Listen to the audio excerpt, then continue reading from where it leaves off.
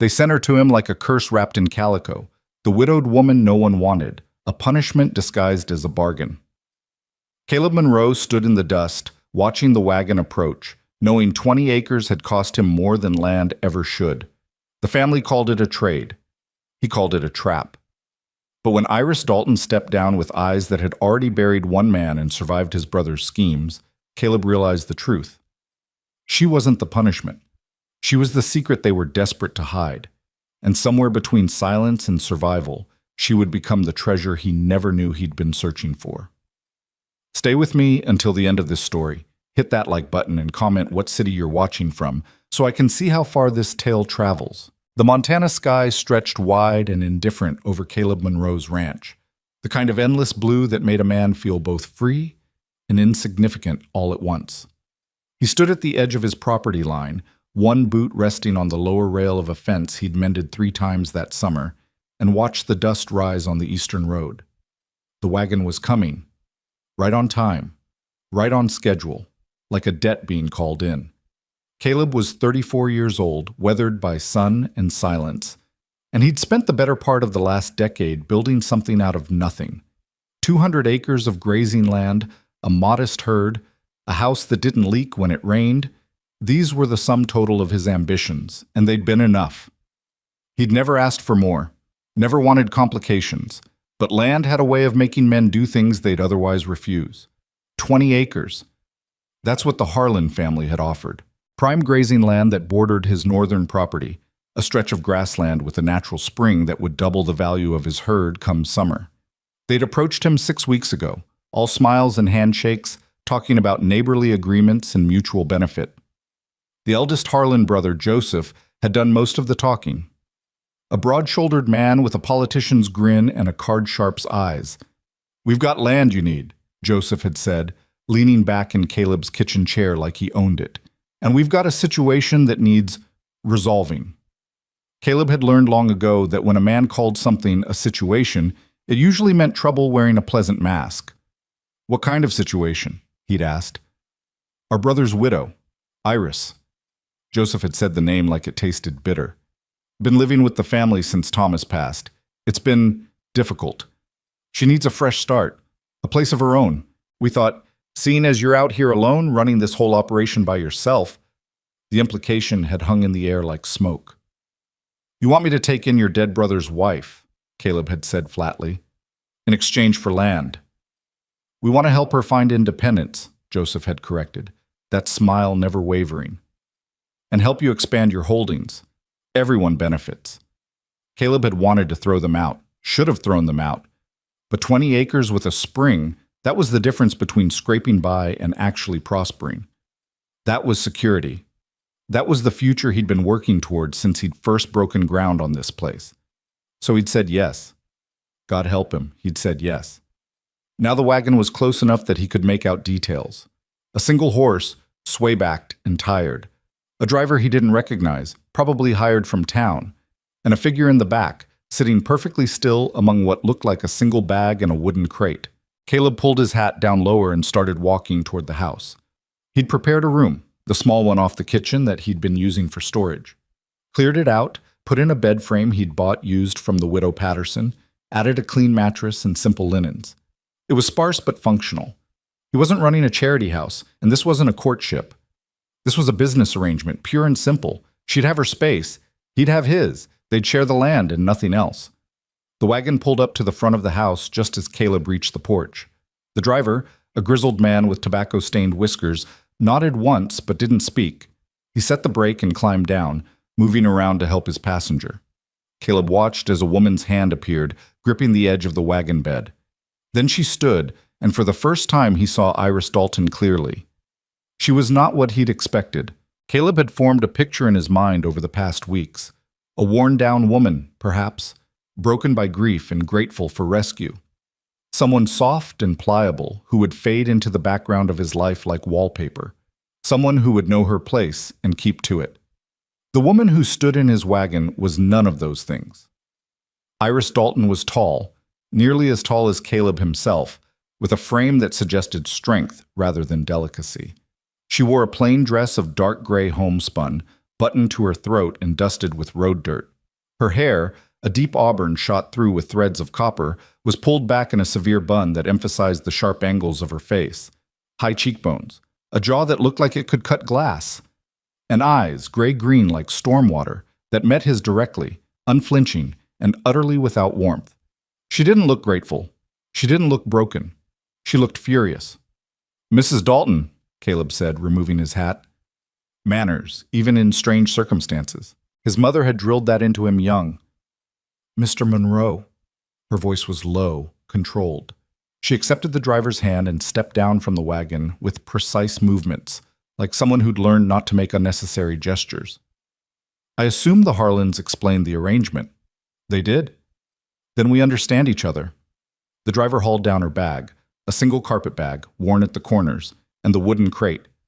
Caleb moved to help, but Iris was already reaching for the bag herself. "I can manage," she said. "Didn't say you couldn't." Caleb grabbed the crate anyway. It was heavier than it looked. "Just showing you to your room." Something flickered across her face. Surprise, maybe? Or suspicion? She nodded once and followed him toward the house. The driver called out.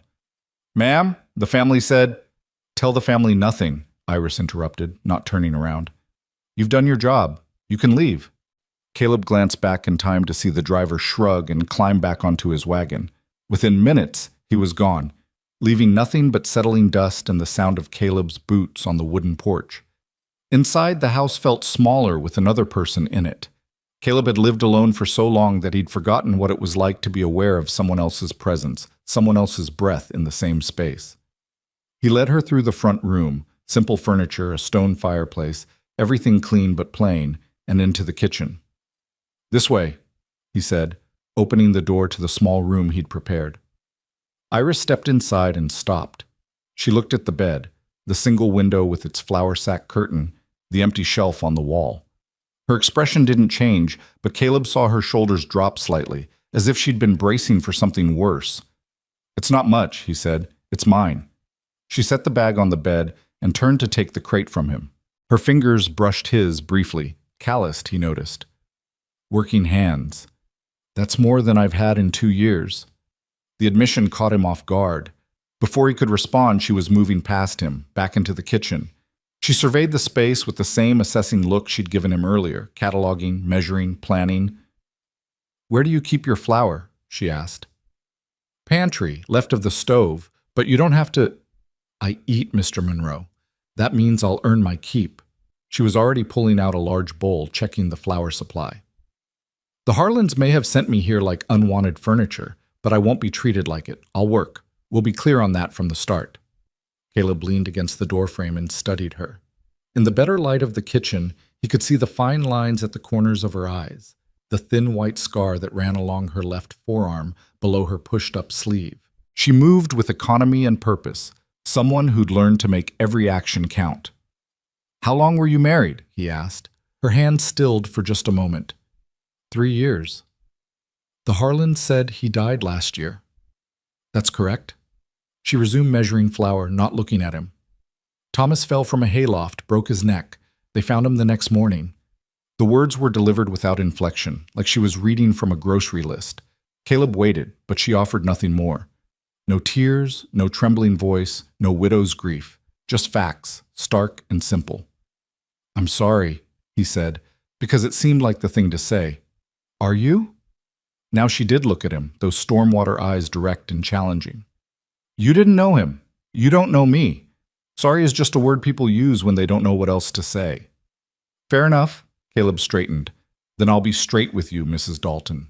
I don't know what the Harlans told you about this arrangement, but here's the truth of it. I needed land. They had land to sell. You were part of the deal. I agreed because I'm a practical man and this is a practical situation. You'll have room and board here. You'll be safe. You'll be left alone. In return, I got 20 acres and a spring. That's the bargain." Iris set down the measuring cup and faced him fully. "And the Harlans told you I needed a fresh start? That they were helping me find independence? Something like that." "They lied." She wiped her hands on a kitchen towel that she'd somehow already located. "They wanted me gone. Out of their house. Out of their sight. Out of their lives." I reminded them of Thomas and Thomas's death. She stopped herself, jaw tightening. Thomas's death was inconvenient for them in ways they don't want examined, so they found a way to make me disappear without making it look like they'd simply thrown out their brother's widow. They get to look charitable. You get your land. I get sent away like furniture that doesn't match the curtains anymore. The bitterness in her voice was so sharp it could have drawn blood. Caleb felt something shift in his understanding of the situation. He thought he was the one being manipulated, paying with land rights for an unwanted burden. But standing here, watching this woman who'd been bartered away like livestock, he realized they'd both been played. "What did you mean," he asked carefully, "about his death being inconvenient?" Iris turned back to the flower. "Nothing that concerns you, Mr. Monroe. Ancient history, dead men's secrets." She pulled out a tin of lard. "Do you want biscuits with dinner, or just bread?" The dismissal was clear, but Caleb found himself unwilling to let it go. "If there's something I should know, if the Harlans are going to come back here looking for—" "They won't come back." Her voice was flat, certain. "They've solved their problem. They have no reason to return. You'll have your peace, Mr. Monroe. That's what you wanted, isn't it? Peace and land and silence?" She was right. That was exactly what he'd wanted. What he'd always wanted. So why did it suddenly feel insufficient? "I'll be outside," he said, "working the south fence. Dinner's usually around 6, but I'm flexible." 6 is fine." Caleb grabbed his hat and left her there in his kitchen, already working dough with strong, practiced hands.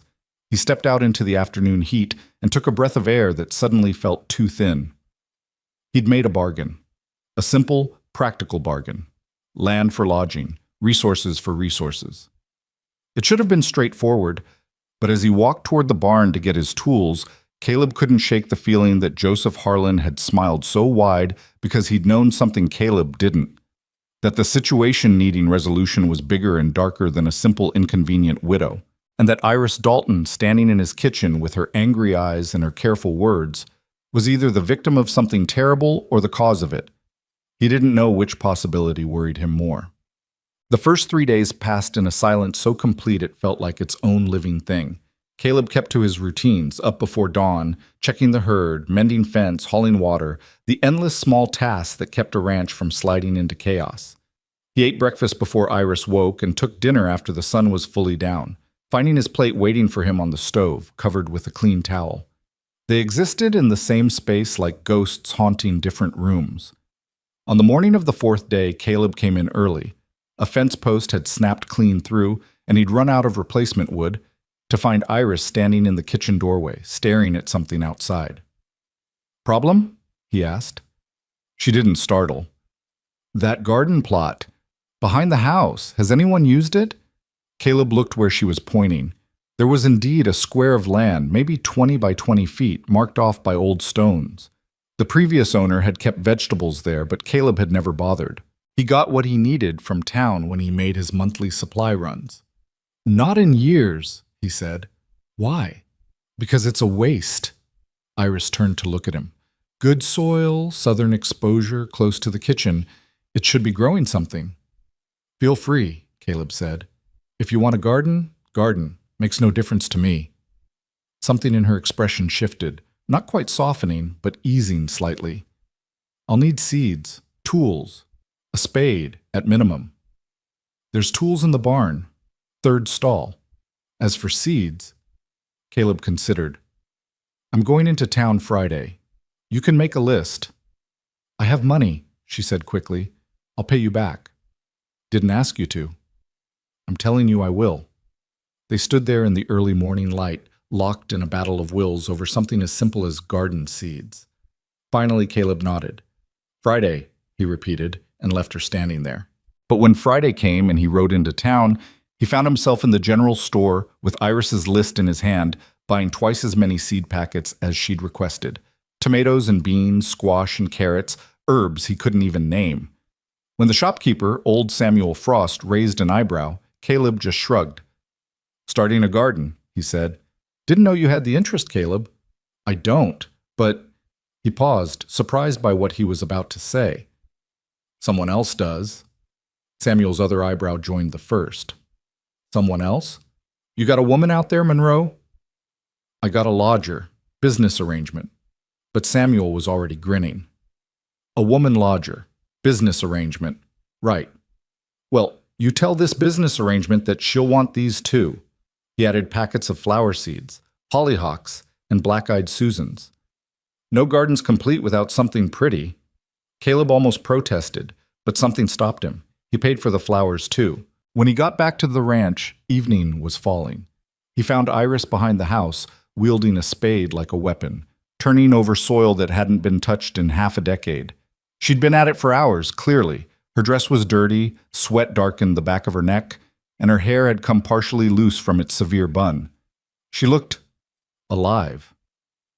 Got your seeds, Caleb said, dismounting and pulling the packages from his saddlebag. And some extras. Thought you might... He stopped. Iris had turned around, and her face had gone completely white. What's wrong? He asked. She wasn't looking at him. She was looking past him, toward the road. Caleb turned and saw what had drained the color from her face. 2 riders, still distant but approaching fast. Even from here, Caleb could make out their shapes, large men riding with purpose. The Harlans, Iris whispered.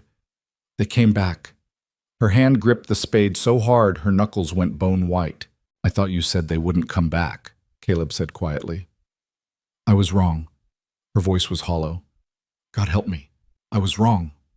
Caleb looked at the approaching riders, then at the woman beside him who suddenly looked like she was staring down a firing squad. Every instinct in his body told him this was the moment to step back, to remember that this was just a business arrangement, that her problems weren't his problems, that he'd gotten his land and that was the end of his obligation. But he'd never been good at listening to sense when stubbornness was an option. Get in the house, he said. Mr. Monroe, get in the house, Mrs. Dalton. Lock the door. Don't come out until I tell you to. They won't hurt you, she said quickly. They're not here for you. This is about me. You should get in the house. Caleb checked his hip, feeling the familiar weight of his revolver. He never wore it around the property, but he'd put it on for the trip to town and hadn't taken it off yet. Lucky that. Now. For a moment he thought she'd refuse. Her jaw set in that stubborn line he was beginning to recognize. But then she nodded once and moved toward the house, still carrying the spade like she might need it for something other than gardening. Caleb watched her go, then turned to face the approaching riders. He recognized them now, Joseph Harlan and his younger brother Marcus. Joseph still had that politician's smile. Marcus looked like he'd rather be anywhere else. They pulled up about 20 feet from where Caleb stood, close enough to talk, not so close he couldn't draw if needed. Monroe, Joseph said, tipping his hat. Didn't expect to find you here. Thought you'd be out with the herd. It's my land, Caleb said evenly. I'm generally on it somewhere. Fair point. Joseph's eyes drifted toward the house. We're here to see Iris, family matter. Won't take but a minute. Mrs. Dalton isn't receiving visitors. Joseph's smile never wavered, but something cold entered his eyes. Now, that's not really your decision to make, is it? She's our sister-in-law. We've got business to discuss with her. Any business you've got with her, you can discuss with me first. Marcus shifted in his saddle. Caleb, don't make this difficult. We just need to ask her some questions. 5 minutes, that's all. Questions about what? The brothers exchanged a glance. Joseph's smile finally slipped.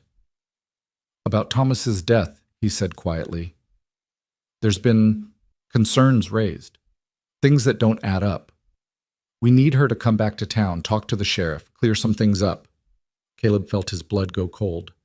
You're accusing her of something. We're not accusing anyone of anything, Joseph said smoothly. We're just trying to get to the truth. Thomas's death was ruled an accident, but recently some information's come to light that suggests maybe it should be looked at again. Iris was the last person to see him alive. She was there when he fell. It's reasonable to want to ask her about that, wouldn't you say? I'd say it's mighty convenient you're raising these questions now, 6 weeks after you traded her away like livestock. Joseph's expression hardened. Careful, Monroe. This doesn't concern you. This is family business, Harlan business. You've got no stake in this. I've got 20 acres says otherwise, Caleb replied. That's the deal we made. I take her in, you give me the land. Well, I've upheld my end. She's here. She's safe. She's under my roof. That makes her my responsibility. So if you've got questions for Mrs. Dalton, you can go through proper channels. Get the sheriff, bring a warrant, do this legal and above board. But you don't get to ride onto my property and harass a woman because you've suddenly got convenient concerns about your brother's death a year after the fact. Marcus's hand drifted toward his belt. Caleb's did the same, and both men froze. Now let's not do anything stupid, Joseph said, his voice tight. We're not looking for trouble, Monroe, but you're making this very difficult. Good. The three men stared at each other in the fading light. Caleb could feel his heart hammering, but he kept his expression neutral, his posture relaxed. The key to winning a standoff was looking like you'd already won it. Finally, Joseph pulled his reins, backing his horse up a step. We'll be back, he said. With the sheriff. Like you suggested, legal and above board. But you should know something, Monroe. You're harboring a woman who might be a murderer. That land you're so proud of, it might cost you more than you bargained for. Think about that.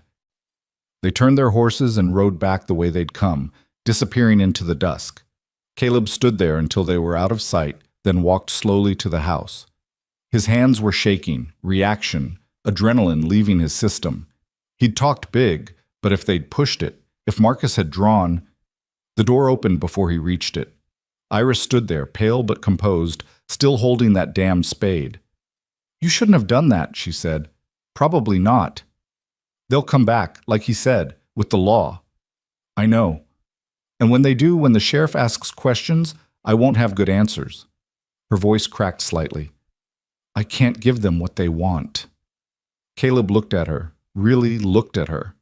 At the fear she was trying so hard to hide, at the shame and anger and desperate pride all warring in her expression, at the way she held herself like she was braced for a blow that never quite landed but never quite stopped coming either.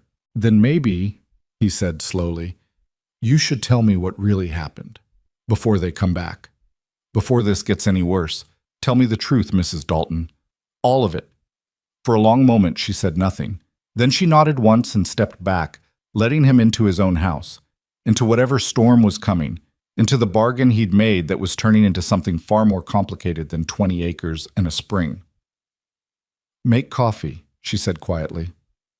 This is going to take a while.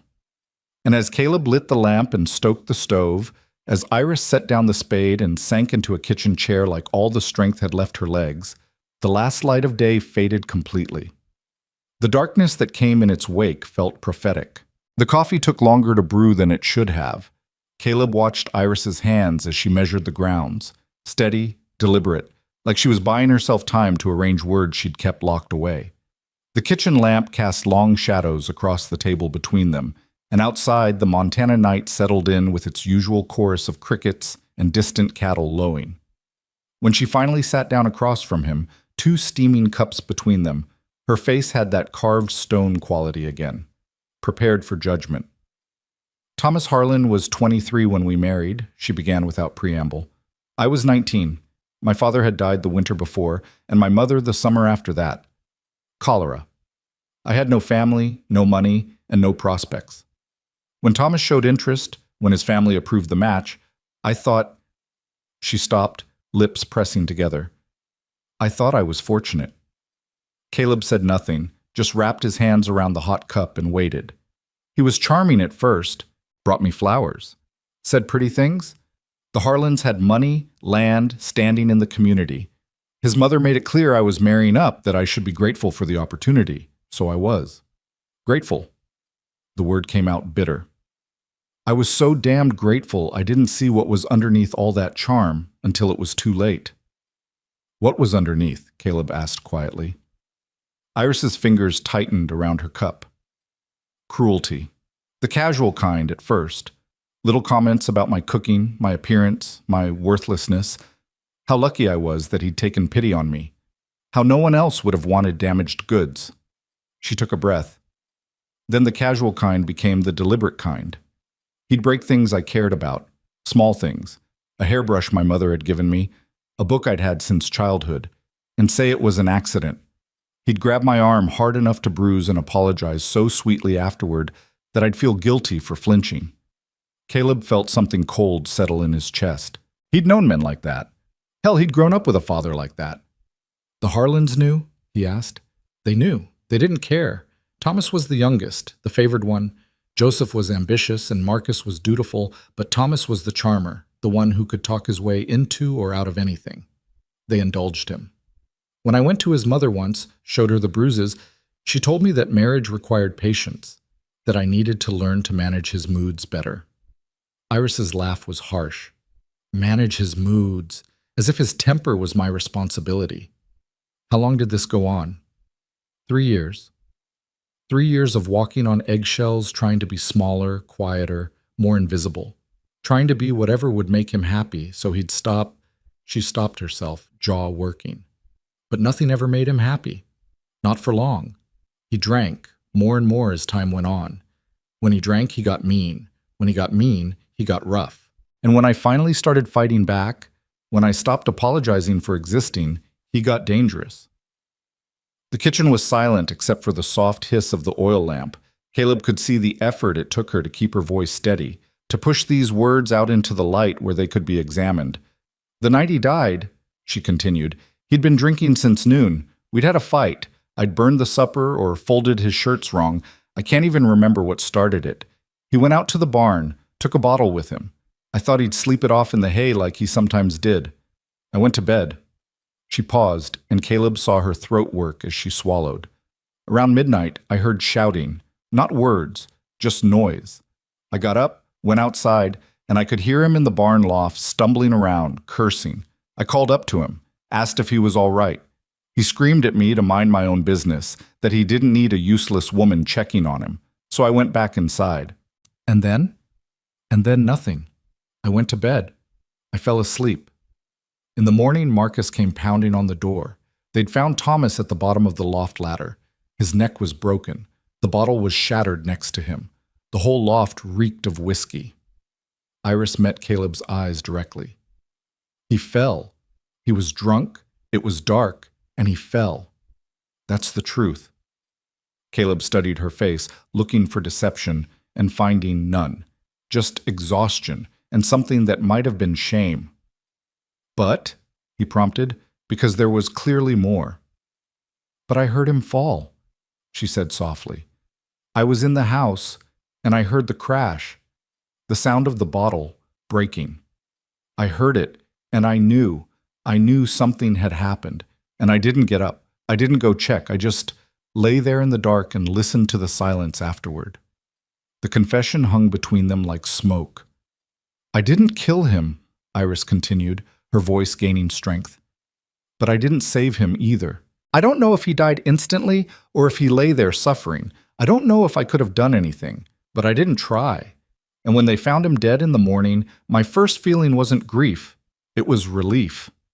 Caleb let that settle. He'd seen death before, the clean kind and the messy kind, the deserved kind and the senseless kind. He'd learned that the world wasn't simple, that sometimes the worst thing you could do was nothing, and sometimes doing nothing was the only mercy available. The Harlans blamed you, he said. Not at first. At first it was all sympathy and tragedy. Poor Thomas, poor Iris. What a terrible accident. She stood abruptly, moving to the window, staring out at darkness. I lived with them after, because where else was I going to go? The house had been Thomas's, which meant it belonged to the family. I had nothing of my own. So I stayed, and I grieved the way a widow was supposed to grieve, and I tried to be grateful for their charity. What changed? Iris's reflection in the dark window looked ghostly, insubstantial. About 6 months after Thomas died, Marcus's wife Emma came to me. Late one night, when everyone else was asleep, she was crying. She told me that Marcus had started drinking more, getting rough with her the way Thomas used to get rough with me. She asked me how I'd survived it for so long. Caleb felt the pieces starting to shift, the pattern emerging. I told her the truth, Iris said. I told her I'd survived by becoming stone, by feeling nothing, by waiting for it to end. And then I told her that when it finally did end, when Thomas died, I hadn't been sorry. I told her that some deaths were blessings in disguise. Emma told the family. Not exactly. She told Marcus in a fight. screamed at him that she hoped he'd fall off a ladder too, since that seemed to be what it took to escape a Harlan marriage. Marcus told Joseph. Joseph. She turned from the window and her face was hard. Joseph saw an opportunity to get rid of you, to make me disappear without looking like the kind of family that throws out their dead son's widow. If they just kicked me out, people would talk. The church would disapprove. Their reputation would suffer. But if I was dangerous, if there was a question about whether I'd actually killed Thomas, if I was a woman who'd admitted to being glad her husband was dead, well, then sending me away was just prudent, protective. The calculation was cold and precise. Caleb could almost admire it in a sick way. Almost. They couldn't accuse you outright without proof, he said, working through it. But they could create doubt, make you seem suspicious, let rumors do the work. Exactly. Joseph came to me with an offer. He knew about you, knew you were looking to expand, knew you'd negotiated for land before. He said he'd sell you the 20 acres Thomas had owned, my land, technically, as his widow, in exchange for me coming here. Fresh start, he called it. A chance for me to find peace away from painful memories. Her voice dripped contempt. I knew what it really was. Exile. But I also knew if I refused, if I made trouble, they'd find a way to make those rumors official. They'd twist everything. The fact that I'd heard him fall and didn't help, that I'd been relieved he was dead, that I'd told Emma some deaths were blessings. They'd make it sound like murder. So you came here. I came here. Better exile than prison. Better your cold hospitality than their poisoned charity. She returned to the table, sinking back into her chair. I thought that would be the end of it. I thought they'd gotten what they wanted. Me gone, their reputation intact and profitable land sold in the bargain. I thought I'd finally be free of them. But now they're back, Caleb said, with questions they didn't have before. Or questions they're only now willing to make official. Iris's hands were shaking slightly. She pressed them flat on the table. They'll go to the sheriff. They'll tell him about the rumors, about what I said to Emma, about how I didn't check on Thomas when I heard the fall. They'll make it sound damning, and maybe it is damning. Maybe I am guilty of something, even if it's not murder. Maybe wanting someone dead is crime enough. Caleb drank his coffee, which had gone lukewarm. The bitter taste matched his mood. Did you want him dead? He asked. Iris didn't flinch from the question. Yes. Toward the end, yes. I used to lie awake at night imagining it, all the ways it could happen. Accident, illness, violence. I wasn't particular about the method. I just wanted to be free. Does that make me a murderer in my heart? Makes you human, Caleb said. Makes you someone who is trapped and desperate. Doesn't make you guilty of a crime. The law might see it differently. The law requires proof, evidence. They've got nothing but speculation and the word of a woman who was fighting with her own husband. Caleb leaned back, thinking. Besides, if they were really convinced you'd killed Thomas, they would have gone to the sheriff a year ago. This is about something else. What? I don't know yet, but men like Joseph Harlan don't do anything without a reason. He didn't just wake up yesterday with a sudden attack of conscience about his brother's death. Something's changed. Something's made you a threat again when you should have been safely forgotten out here. Iris considered this, and Caleb saw the sharp intelligence in her eyes, the mind that had survived 3 years of cruelty by learning to read dangerous men. The land, she said slowly, Thomas's land, my land. The 20 acres. What if it's worth more than they thought? What if they found out something about it after they'd already sold it to you? What if... She stopped, eyes widening. The spring. That's what you wanted, wasn't it? The natural spring on the northern border? Caleb nodded. Makes the land twice as valuable. Water rights out here are worth their weight in gold. Joseph knows that. He would have known that when he negotiated with you. But what if there's more? What if someone discovered minerals, or the railroads coming through, or... She stood again, pacing now, energy crackling through her small frame. If they can prove I murdered Thomas, what happens to the land? It would revert to the family, Caleb said, following her logic. A murderer can't profit from her crime. You'd lose your widow's claim, the sale would be void, and the land would go back to the Harlans. And they could sell it again, for whatever it's really worth. The pieces clicked into place with ugly clarity.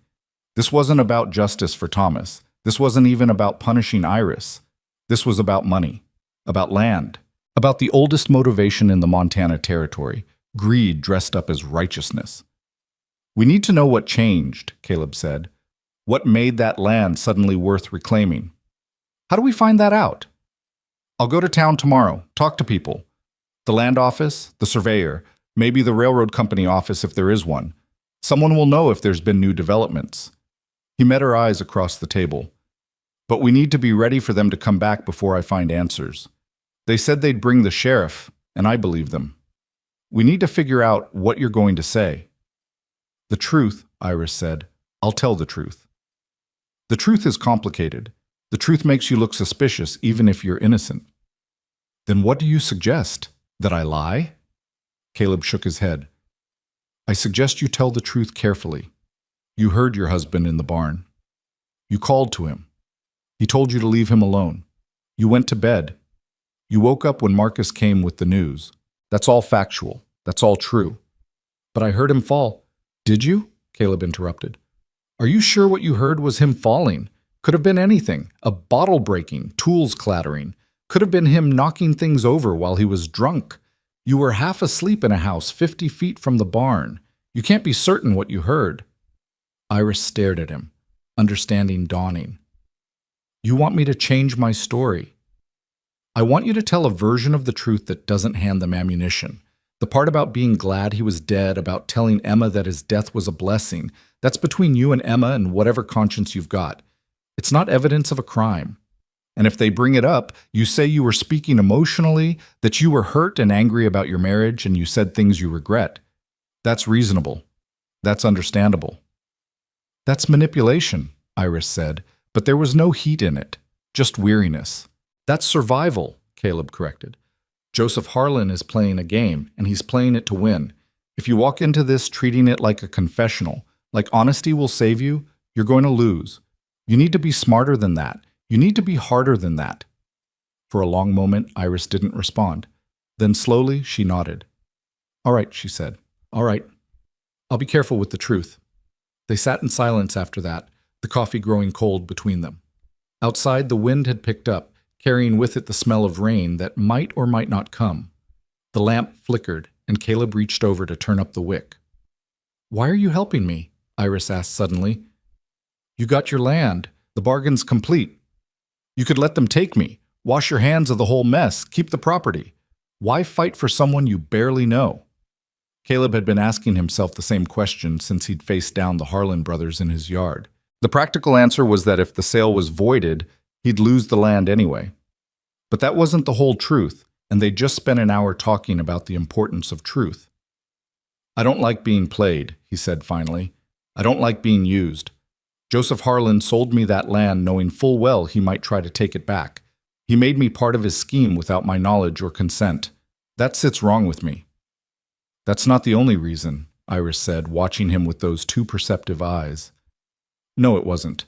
The other reason was sitting across from him with her tired face and her survivor's spine, looking like she'd been fighting alone for so long she'd forgotten what it was like to have someone in her corner. The other reason was that he'd seen too many people get ground down by those with power and money and cruelty, and he'd promised himself a long time ago that he wouldn't be the kind of man who looked away. No, he admitted, it's not. Iris's expression softened just slightly. Thank you for what it's worth. Don't thank me yet. We haven't won anything. They're coming back, and when they do, it's going to get ugly. I know, but at least this time I won't face it alone. Something about the way she said it, simple, factual, grateful, made Caleb's chest tight. He stood abruptly, gathering the coffee cups. You should get some sleep, he said gruffly. Morning comes early and I need to leave for town at first light. Iris stood as well, but she didn't move toward her room. Instead, she walked to the window again, looking out at the darkness. I started that garden, she said quietly, because I wanted to believe I could stay here. That maybe this place could be more than just exile. That maybe I could plant something and watch it grow and have a future that wasn't just running or hiding or waiting for the next bad thing. She turned to face him. If they take me away, if this all goes wrong, will you keep the garden?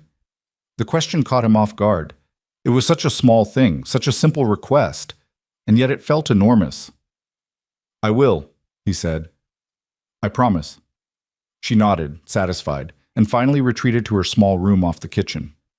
Caleb heard the door close softly, the rustle of her preparing for bed. He stood in the kitchen for a long time after, staring at the darkness beyond the windows, thinking about gardens and promises and the strange way life had of taking simple bargains and turning them into something far more complex.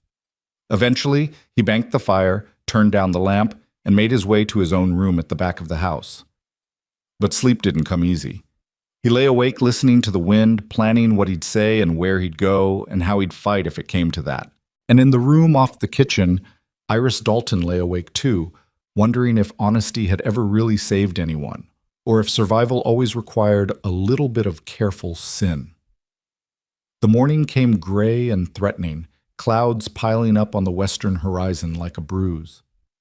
Caleb was up before dawn, moving quietly through the house so as not to wake Iris.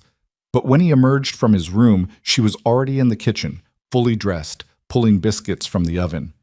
"You don't sleep much," he observed. "Habit. Thomas liked his breakfast early. Old patterns die hard." She set a plate in front of him without being asked. Biscuits, eggs, bacon she must have fried while he was getting dressed. "Eat. You'll need your strength." Caleb ate, and the food was good, better than anything he'd made himself in years. When he finished, Iris handed him a wrapped package. "Lunch," she explained, "for the road." "Mrs. Dalton." "Iris," she interrupted. "If we're going to be conspirators and manipulating the truth, we should probably use first names." A small smile tugged at Caleb's mouth. "Iris, then, and I'm Caleb." "I know. I've heard the neighbors." She poured him coffee for the road, using a tin cup with a lid. "Be careful in town. The Harlans have friends there, people who'll report back to them." "I'm aware." "And if you find out something about the land, something that proves why they want it back, I'll come straight back here. I won't let them catch me alone on the road." He stood, settling his hat. "Keep the doors locked while I'm gone. Don't open them for anyone unless it's me or the sheriff with a legal warrant. And if it's the sheriff—" "Tell the truth carefully," Iris finished. "I remember." Caleb hesitated at the door, then turned back. "Last night, you asked why I was helping you. I didn't give you the whole answer." "What's the whole answer?" He looked at her standing in his kitchen in the early morning light, this woman who'd been sent to him like a curse and was turning into something else entirely. "I think," he said slowly, "that the Harlans made a mistake. They thought they were dumping a problem on me. But what they actually did was give me someone who knows how to fight, someone who's survived worse than they can throw at us. And I've got a feeling we're going to need that before this is over." Iris's eyes went bright, and for a moment he thought she might cry, but she didn't. She just nodded once, sharp and fierce. "Ride safe," she said. "Keep the doors locked," he repeated, and left before he could say anything else, anything more, anything that might reveal how much this strange arrangement was starting to mean to him. The ride to town took 3 hours through increasingly threatening weather. By the time Caleb reached the main street, the wind was fierce and cold, carrying the smell of rain and electricity. He tied his horse outside the land office and stepped inside, grateful for the shelter. The clerk, a nervous man named Peterson, looked up from his ledgers with obvious relief at having something to do besides watch the storm build. "Caleb Monroe," he said. "Don't see you in town often. What can I do for you?" "I need to see the records on a property sale, 20 acres on the northern border of my land, sold to me by Joseph Harlan about 6 weeks ago." Peterson's expression shifted, became guarded. "That's public record. I can pull the file." He disappeared into the back room, and Caleb waited, watching the street through the window. The town was quieter than usual, people hurrying to get home before the weather broke. He didn't see any Harlans, but that didn't mean they weren't around. Peterson returned with a folder, laying it on the counter. "Here you are. Deed transfer, survey map, the usual documentation." Caleb studied the papers, looking for anything unusual. The sale seemed straightforward. 20 acres, clear title from Thomas Harlan's estate to the family, then from the family to him. The price was fair for grazing land with a spring. Nothing obviously suspicious. "Has anyone else been looking at this file recently?" he asked. Peterson hesitated. "I'm not supposed to say." Peterson. "Look, Caleb, I don't want trouble. The Harlans are They're influential. I can't afford to make enemies. Caleb leaned on the counter, keeping his voice low and reasonable. I'm not asking you to make enemies. I'm asking if someone's taken an interest in property I now own. That's a legitimate concern for a landowner.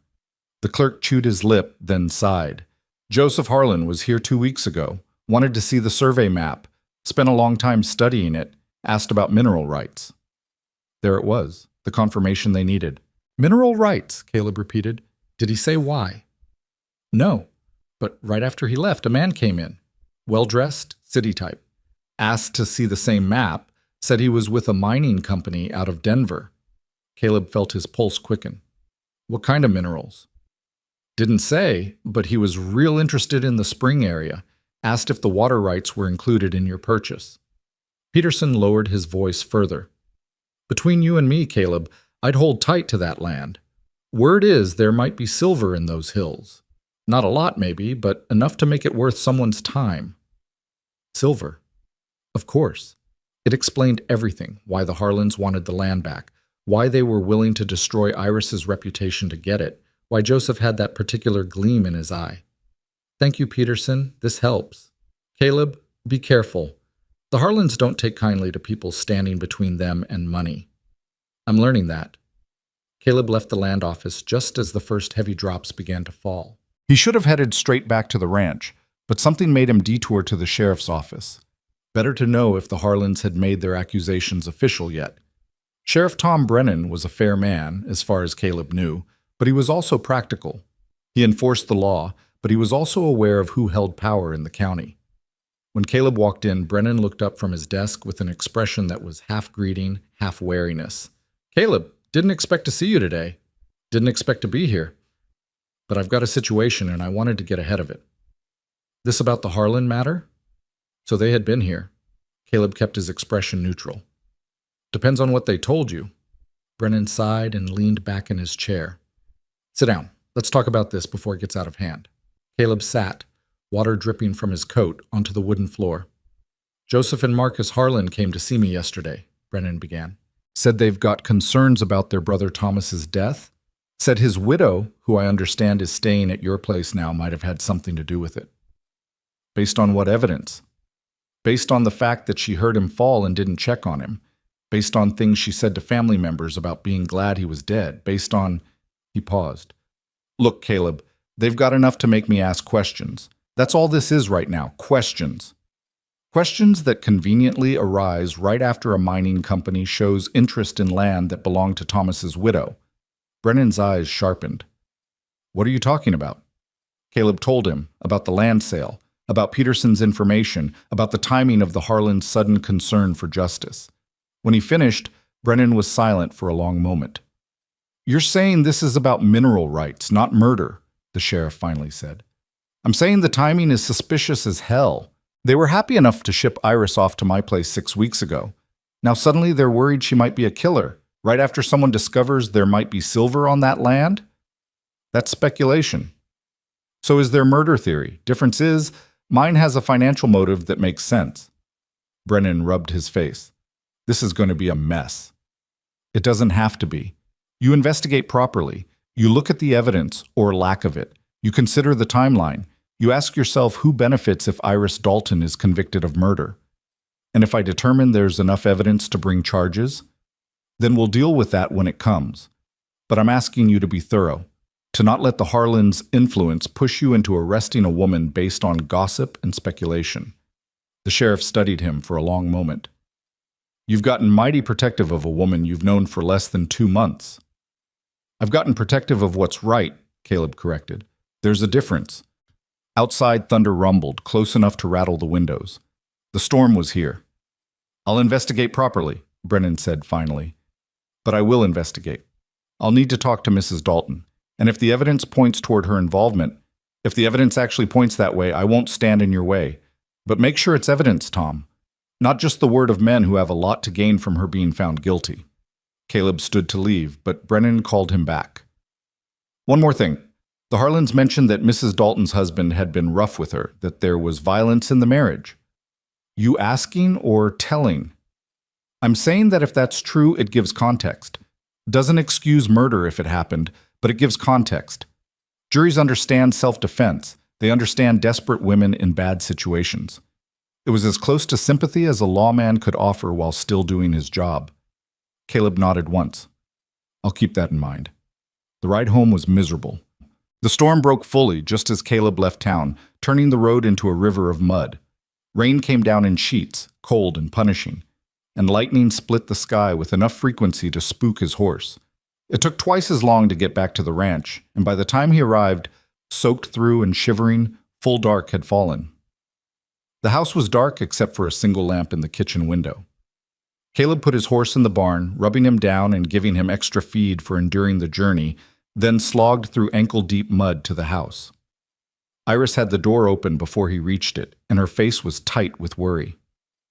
I was starting to think something had happened, she said, pulling him inside. Storm slowed me down. He stripped off his dripping coat, his hat, but I found out what we needed to know. He told her everything, the mining company, the silver, Peterson's information, his conversation with the sheriff. As he spoke, he watched the expressions cross her face. Anger, vindication, fear, determination. So they're going to destroy me for silver that might not even be there, she said when he finished. They're going to try. But now we know what we're fighting, and knowledge is leverage. Iris moved to the stove where she'd kept dinner warm despite not knowing when, or if, he'd return. She dished him a plate of stew, set it in front of him with the same automatic care she'd shown that morning. The sheriff will come, she said. Soon, probably. Maybe even tomorrow if the weather clears. Probably. And I'll tell the truth. Carefully. Yes. She sat down across from him, hands folded on the table. Outside, the storm raged against the house, but inside the lamplight was warm. The air smelled like beef and vegetables, and for a moment it felt almost peaceful. Caleb, Iris said quietly, whatever happens, whatever they do or say or try, I want you to know that these last few weeks, being here, having space to breathe and think and just exist without fear, it's been more than I had any right to expect. You've given me something I thought I'd lost forever. What's that? Hope, she said simply. The possibility that life could be different, better. That's worth fighting for, don't you think? Caleb looked at her across the table. This woman who'd arrived like unwanted cargo and had somehow become essential to the working of his days. Who'd taken his spare room and turned it into a home, his abandoned garden into a promise of green things growing. Who'd been sent as punishment and revealed herself as treasure. Yes, he said, it's worth fighting for. And when the storm finally wore itself out hours later, when the rain gentled to a whisper and the thunder moved off toward distant mountains, they were still sitting there in the lamplight, making plans and building strategies and preparing for the battle they both knew was coming. Outside, the garden she'd planted lay flattened by the storm, all that careful work undone by weather's indifference. But come morning, they would see that some things had survived, that roots ran deeper than anyone expected, that what looked destroyed might only be resting, gathering strength for what came next. The morning after the storm dawned clear and cold, the kind of crystalline brightness that made everything look sharp-edged and new. Caleb woke to the smell of coffee and frying bacon, sounds that had become familiar over the past weeks but still carried a strange comfort. He dressed quickly and emerged to find Iris already outside, surveying the damage to her garden. He joined her in the muddy yard, following her gaze to the flattened rows of seedlings. The storm had been merciless.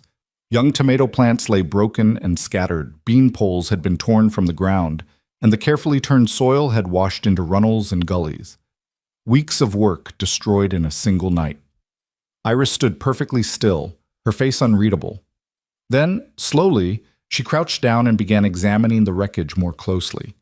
Her fingers moved through the mud, checking roots, testing stems. Some of them made it, she said quietly. The carrots, maybe. They're deep enough. And these beans here, see? The roots held. They're bent but not broken. Caleb crouched beside her, seeing what she saw. Amid the destruction, there was survival. Stubborn, unlikely survival. We can replant, he said. I'll help. We've got time before the growing season ends. Iris turned to look at him, and something in her expression made his chest tight. Gratitude, yes, but also something fiercer, determination that had been tested and found unbreakable. When they come, she said, and they will come. I need you to let me handle it my way. Can you do that? Depends on what your way is. My way is standing my ground, not hiding, not apologizing, not making myself small. I've spent too many years doing that. She stood, wiping mud on her already dirty skirt. I'm done being the person everyone wants me to be. If they're going to accuse me, let them do it to my face. Let them see what I've become. Before Caleb could respond, the sound of horses carried across the morning air. Multiple horses, coming from the east. They both turned toward the road, and Caleb felt his hand drift instinctively toward his hip, where his revolver rested. That was faster than I expected, Iris murmured. 4 riders emerged from the tree line. Sheriff Brennan in front, recognizable by his badge even at a distance. Behind him, Joseph and Marcus Harlan. And a 4th man Caleb didn't recognize, dressed in town clothes, carrying what looked like a leather document case. Who's the 4th? Iris asked. Don't know. Lawyer, maybe. They waited in the yard as the riders approached, neither retreating nor advancing. Caleb positioned himself slightly in front of Iris, not blocking her but making his presence clear. A statement without words. The riders pulled up at a respectful distance. Sheriff Brennan dismounted first, his weathered face neutral and professional.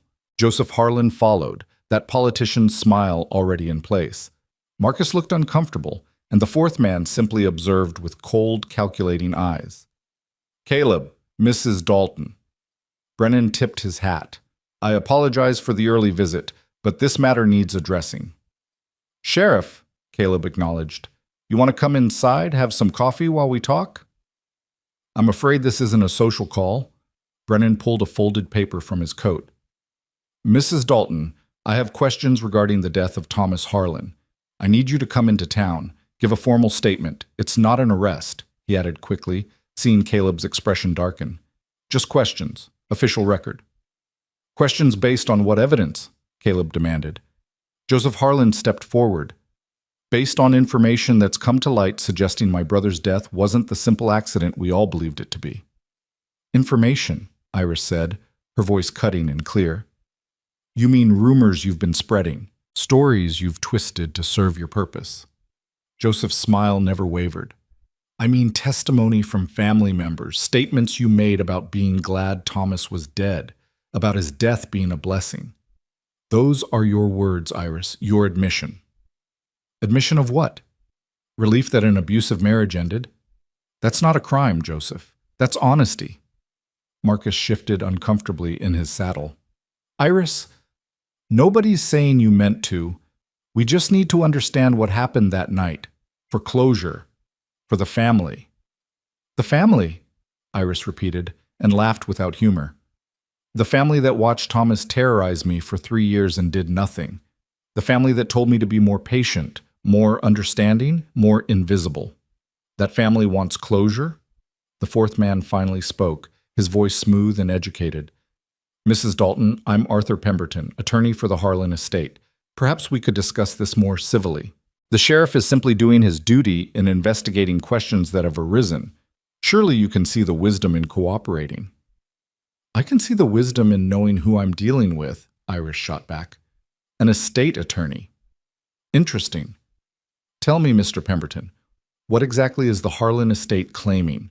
What legal grounds do you have for questioning a death that was ruled accidental a year ago? Pemberton's expression didn't change, but Caleb saw his eyes sharpen. This woman wasn't going to be easily intimidated. The estate has the right to pursue justice for one of its members, Pemberton said carefully, and to ensure that any irregularities in his death are properly investigated. Irregularities, Caleb said. Is that what we're calling convenient timing now? Funny how these irregularities only became important after a mining company showed interest in the land Thomas owned. Silence fell like a stone into water. Joseph's smile finally slipped. Marcus looked genuinely confused. Pemberton's face went carefully blank. I don't know what you're implying, Joseph started. I'm not implying anything. I'm stating facts. 2 weeks ago, you were at the land office asking about mineral rights on the 20 acres you sold me. Right after that, a mining representative came asking the same questions. Now suddenly you're concerned your brother might have been murdered? The timing raises questions, Joseph. Questions about your motives. Brennan's expression had gone very still. Is this true? About the mining company? It's public record, Caleb said. Peterson at the land office will confirm it. Someone's interested in what's under that ground. And if Iris is convicted of murder, the sale becomes void. The land reverts to the Harlan estate, which can then sell it for whatever those mineral rights are really worth. That's absurd, Joseph sputtered, but his face had gone red. This is about justice for Thomas, not about silver, Iris finished quietly. Not about money? Then why is an estate attorney here, Joseph? Why not just the sheriff asking honest questions? Pemberton stepped in smoothly, damage control in action. Mrs. Dalton, whatever Mr. Monroe believes about mineral interests is irrelevant to the central question. Did you or did you not hear your husband fall the night he died and fail to render assistance? The question hung in the air, sharp as a blade. Caleb saw Iris's jaw tighten, saw her prepare to answer, and remembered their conversation about truth and survival. He willed her to be careful, to remember what they'd discussed. I heard something, Iris said slowly, each word precise. I was in the house. Thomas was in the barn. I heard a crash, yes, loud enough to wake me, but I couldn't tell what it was. Could have been anything. Tools falling, a board breaking, Thomas knocking things over while he was drunk. But you didn't check, Pemberton pressed. My husband had told me in very clear terms to leave him alone. He'd been drinking heavily. He was in a foul mood. I'd learned over 3 years of marriage that when Thomas was in that state, approaching him only made things worse. She met Pemberton's eyes directly. So no, I didn't check. I stayed in the house where it was safe, where he'd told me to stay. And in the morning, when they found him dead, how did you feel? It was a trap question, designed to make her admit relief, to confirm the statements Emma had reported. Caleb tensed, ready to intervene, but Iris's voice stayed level. I felt shocked, she said. Grief, confusion. The things anyone feels when they lose someone suddenly. Not relief? Pemberton's tone was sharp now, sensing blood in the water. You didn't tell Marcus's wife that his death was a blessing? I told Emma months later in a private conversation about marriage and survival that some endings come as relief. That was about my experience of marriage, not about Thomas's death. You're twisting my words, Mr. Pemberton. You're taking private grief and private pain and trying to turn them into evidence of a crime that never happened. Marcus finally spoke up, and his voice was strained. Iris, Emma said you told her you weren't sorry he was dead, that you were glad it ended. And if I did say that, Marcus, if I said I wasn't sorry to be free of a man who bruised me, who broke my things, who made me afraid in my own home, does that make me a murderer? Or does it make me human? The words struck like physical blows. Marcus flinched. Joseph's face darkened further. Even Pemberton looked momentarily uncomfortable. Sheriff Brennan cleared his throat. Mrs. Dalton, nobody's accusing you of murder. Not yet. But I do need you to come into town. Make an official statement. We need to document all of this properly. I'll give you a statement right here, Iris said. Right now, I have nothing to hide. It needs to be official, in town, with witnesses. Then bring your witnesses here, because I'm not leaving this property voluntarily. If you want to arrest me, Sheriff, show me your warrant, show me your evidence, show me anything besides the word of men who have every reason to lie and a fortune to gain from my conviction. Brennan looked genuinely torn. Caleb could see him weighing duty against justice, law against fairness. Iris, the sheriff said, and the use of her first name was deliberate, personal. I'm trying to do this the right way. Don't make me do it the hard way. The hard way is what the Harlans have planned, Iris replied, dragging me into town, making a spectacle, letting the whole county see the murderous widow being questioned, planting doubt in everyone's minds before there's even a trial. I won't play that game, Tom. I won't help them destroy me. Joseph had clearly had enough. Sheriff, she's refusing to cooperate. That's obstruction. You have grounds to— I have grounds to ask questions, Brennan interrupted, his voice hard. I don't have grounds to arrest anyone based on speculation and family drama. And that's what this is starting to look like, Joseph. Drama, politics, maybe even fraud. How dare you? Peterson told me about your visit to the land office. about the mining company, about your questions regarding mineral rights. Brennan's expression was granite now. You want to pursue this investigation? We'll pursue it. But we'll pursue all of it, including your motives, including the timing, including whether you're trying to use the law to steal back land you already sold. The air crackled with tension.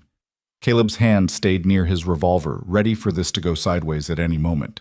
But it was Pemberton who broke the standoff, his lawyer's instincts recognizing when to retreat. Gentlemen, he said smoothly, perhaps we should step back, reassess our approach. Mrs. Dalton has agreed to give a statement.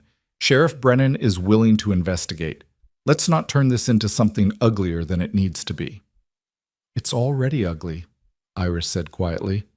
It was ugly from the moment the Harlans decided their profit was worth more than the truth. Joseph's face was purple now. You ungrateful! We took you in after Thomas died, gave you a home, provided for you. You made me a servant in your house, Iris cut him off. You treated me like I owed you for the privilege of being widowed. And when I became inconvenient, when keeping me around reminded you too much of your brother's cruelty, you traded me away like livestock. Don't you dare talk to me about gratitude, Joseph. You wouldn't recognize it if it bit you. Marcus made a sound like he'd been punched. Even Brennan looked taken aback by the venom in Iris's voice. But Caleb felt something like pride watching her stand there in her mud-stained dress, shoulders straight, eyes blazing, refusing to be diminished. I think, Sheriff Brennan said heavily, we all need to calm down. Mrs. Dalton, I will need that statement eventually.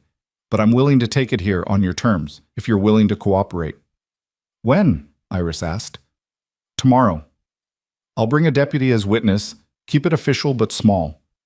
We'll document what happened the night Thomas died, what you saw and heard, what you did. That's all. No accusations, no charges. Just facts. Iris considered this, then nodded.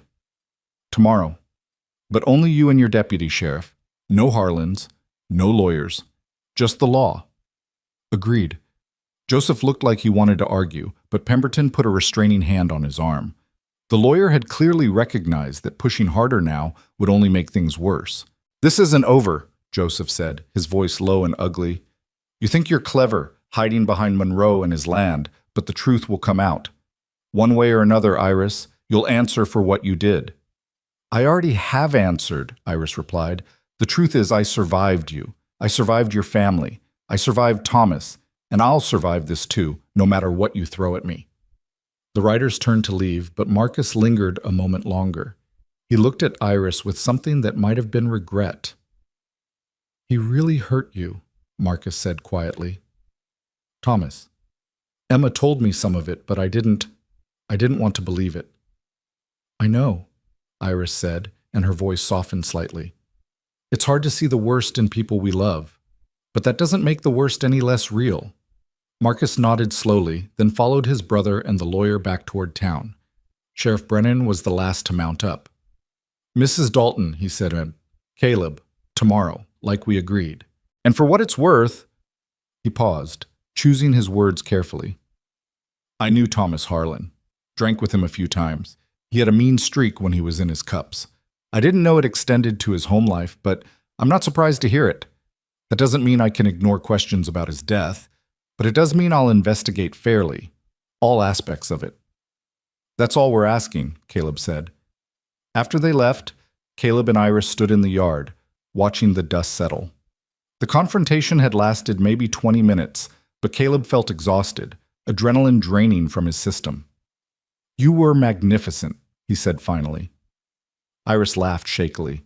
I was terrified. Didn't show. You stood up to them like... He searched for the right words. Like someone who knows her worth, who won't be pushed around anymore. Is that what I looked like? She turned to face him, and her eyes were bright with unshed tears. Because I felt like I was about to fly apart. The whole time I kept thinking about what Thomas would have done if I'd spoken to him that way. How much it would have cost me. But you're not married to Thomas anymore. You don't answer to the Harlans. You don't have to make yourself small to survive. I know. It's just... She wiped at her eyes impatiently. It's just that knowing something and believing it are different things. I spent so long being afraid, being careful, measuring every word. Standing there, saying exactly what I thought, feeling angry instead of scared. It felt like putting on someone else's skin. Maybe it's not someone else's skin, Caleb suggested gently. Maybe it's who you were before Thomas, who you're becoming now that you're free of him. Iris considered this, then nodded slowly. Maybe. It's strange, isn't it? How people can change you, make you forget who you were. Thomas spent 3 years teaching me to disappear, and I got so good at it I almost couldn't find my way back. They walked back toward the house together, the morning sun warming the muddy ground. Inside, Iris immediately set about making more coffee, hands needing something to do, some familiar task to ground her. "What do you think will happen tomorrow?" she asked, measuring grounds with the same precision she'd shown that first day. "When Brennan comes back for the statement, I think you tell him exactly what you told them today, the truth, carefully. What you heard, what you did, why you did it. He seems like a fair man. He'll listen. And after that, Joseph won't let this go. He's too invested now, too angry. After that, we wait. See what Brennan's investigation turns up. See if this mining company makes an official claim on the land. See if the Harlans overplay their hand." Iris poured 2 cups, handed one to Caleb. They sat at the kitchen table, the same table where they'd shared so many meals now, where plans had been made and truths had been told. "I've been thinking," Iris said slowly, "about what happens if this goes bad. If despite everything, if they find a way to make charges stick, to take me to trial." "Don't," Caleb interrupted. "Don't plan for the worst, plan for winning. I need to be realistic. If I'm arrested, if I'm convicted, the land would revert to the Harlans. You'd lose everything you paid for, everything you're fighting for. Then we make sure that doesn't happen. But if it does," she reached across the table, put her hand over his. The touch was unexpected, warm. "If it does, I need you to know that I don't expect you to keep fighting. You've already done more than anyone had the right to ask. If it comes down to saving yourself or standing with me, you save yourself. Promise me that." Caleb looked at her hand on his, at the calluses they shared from hard work, at the strength in her fingers. Then he turned his hand over, lacing their fingers together. "I'm not making that promise," he said firmly, "because I'm not planning to abandon you. This isn't just about land anymore, Iris. This is about what's right, about not letting bullies win, about—" He stopped, surprised by what he was about to say, but pushed forward anyway. "About protecting something I've started to care about." Her eyes widened. "Caleb, I'm not saying this to complicate things. I'm saying it because you should know where I stand. You came here as part of a bargain, yes, but you've become more than that. You've become someone I respect, someone I—" He paused, choosing his words.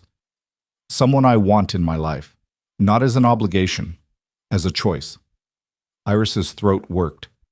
"That's the kindest thing anyone said to me in longer than I can remember. It's just the truth." "The truth," she repeated softly. "We keep coming back to that, don't we? The truth in all its complications." They sat there in the morning light, hands joined across the table, and for a moment the world narrowed to just this. 2 people who'd found each other through circumstance and were choosing, deliberately, to stay found. Then Iris pulled her hand back gently, stood, and walked to the window. "We should check the herd. After the storm, make sure none of them are injured or strayed." It was a retreat, a step back from the intimacy of the moment, and Caleb let her take it. They had time. Whatever was building between them didn't need to be rushed. It would grow or it wouldn't, but right now they had more immediate concerns. They spent the rest of the day working the ranch, checking fence lines and counting cattle, falling back into the familiar rhythms of labor. The physical work was grounding, pushing anxiety about tomorrow into the background. By evening, they were both exhausted, and dinner was a quiet affair. That night, Caleb lay in his bed listening to the house settle, thinking about everything that had happened, about Iris standing in the yard, fearless in the face of men who wanted to destroy her, about her hand in his, warm and real, about the possibility that this strange arrangement might become something more. Sleep came slowly, and when it did, his dreams were troubled. Visions of courtrooms and accusations, of Iris being led away in chains, of the garden dying in neglect. He woke before dawn to the sound of voices outside. Low, urgent voices. Male voices that didn't belong. Caleb was on his feet instantly, revolver in hand, moving through the dark house. He could hear Iris stirring in her room, the quick rustle of someone dressing in a hurry. Through the front window he saw them, at least 6 men on horseback, circling the house in the pre-dawn darkness. Some carried torches, the flames casting wild shadows. Others had rifles across their saddles. "Caleb!" Iris appeared beside him, fully dressed, eyes wide. "Who are they?" Before he could answer, a voice called out from the darkness. Joseph Harlan's voice, thick with drink and rage. "Monroe! Send out the murderer, or we'll come in and get her." Caleb's blood went cold. This wasn't a legal delegation. This was a mob, and they'd come in the dead of night when no sheriff would see, no witnesses would intervene. "Stay back from the windows," he told Iris urgently. "Get down. Stay low." "What are they doing? It's not even dawn. The sheriff isn't supposed to come until—" "This isn't the sheriff." Caleb moved to the gun cabinet, pulling out his rifle. "This is the Harlans taking matters into their own hands." Another voice joined Joseph's, slurred and angry. "We know what you did, Iris.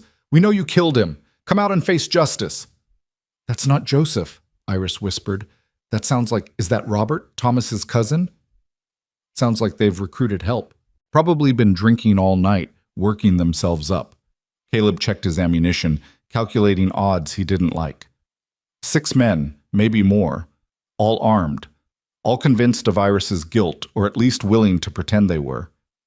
"We need to get to town," Iris said. "Get to the sheriff." "We'd never make it. They're between us and the road. The moment we step outside, they've got us." A gunshot cracked through the air, and the front window shattered. Iris screamed, dropping to the floor as glass rained down. Caleb fired back through the broken window, aiming high, a warning shot.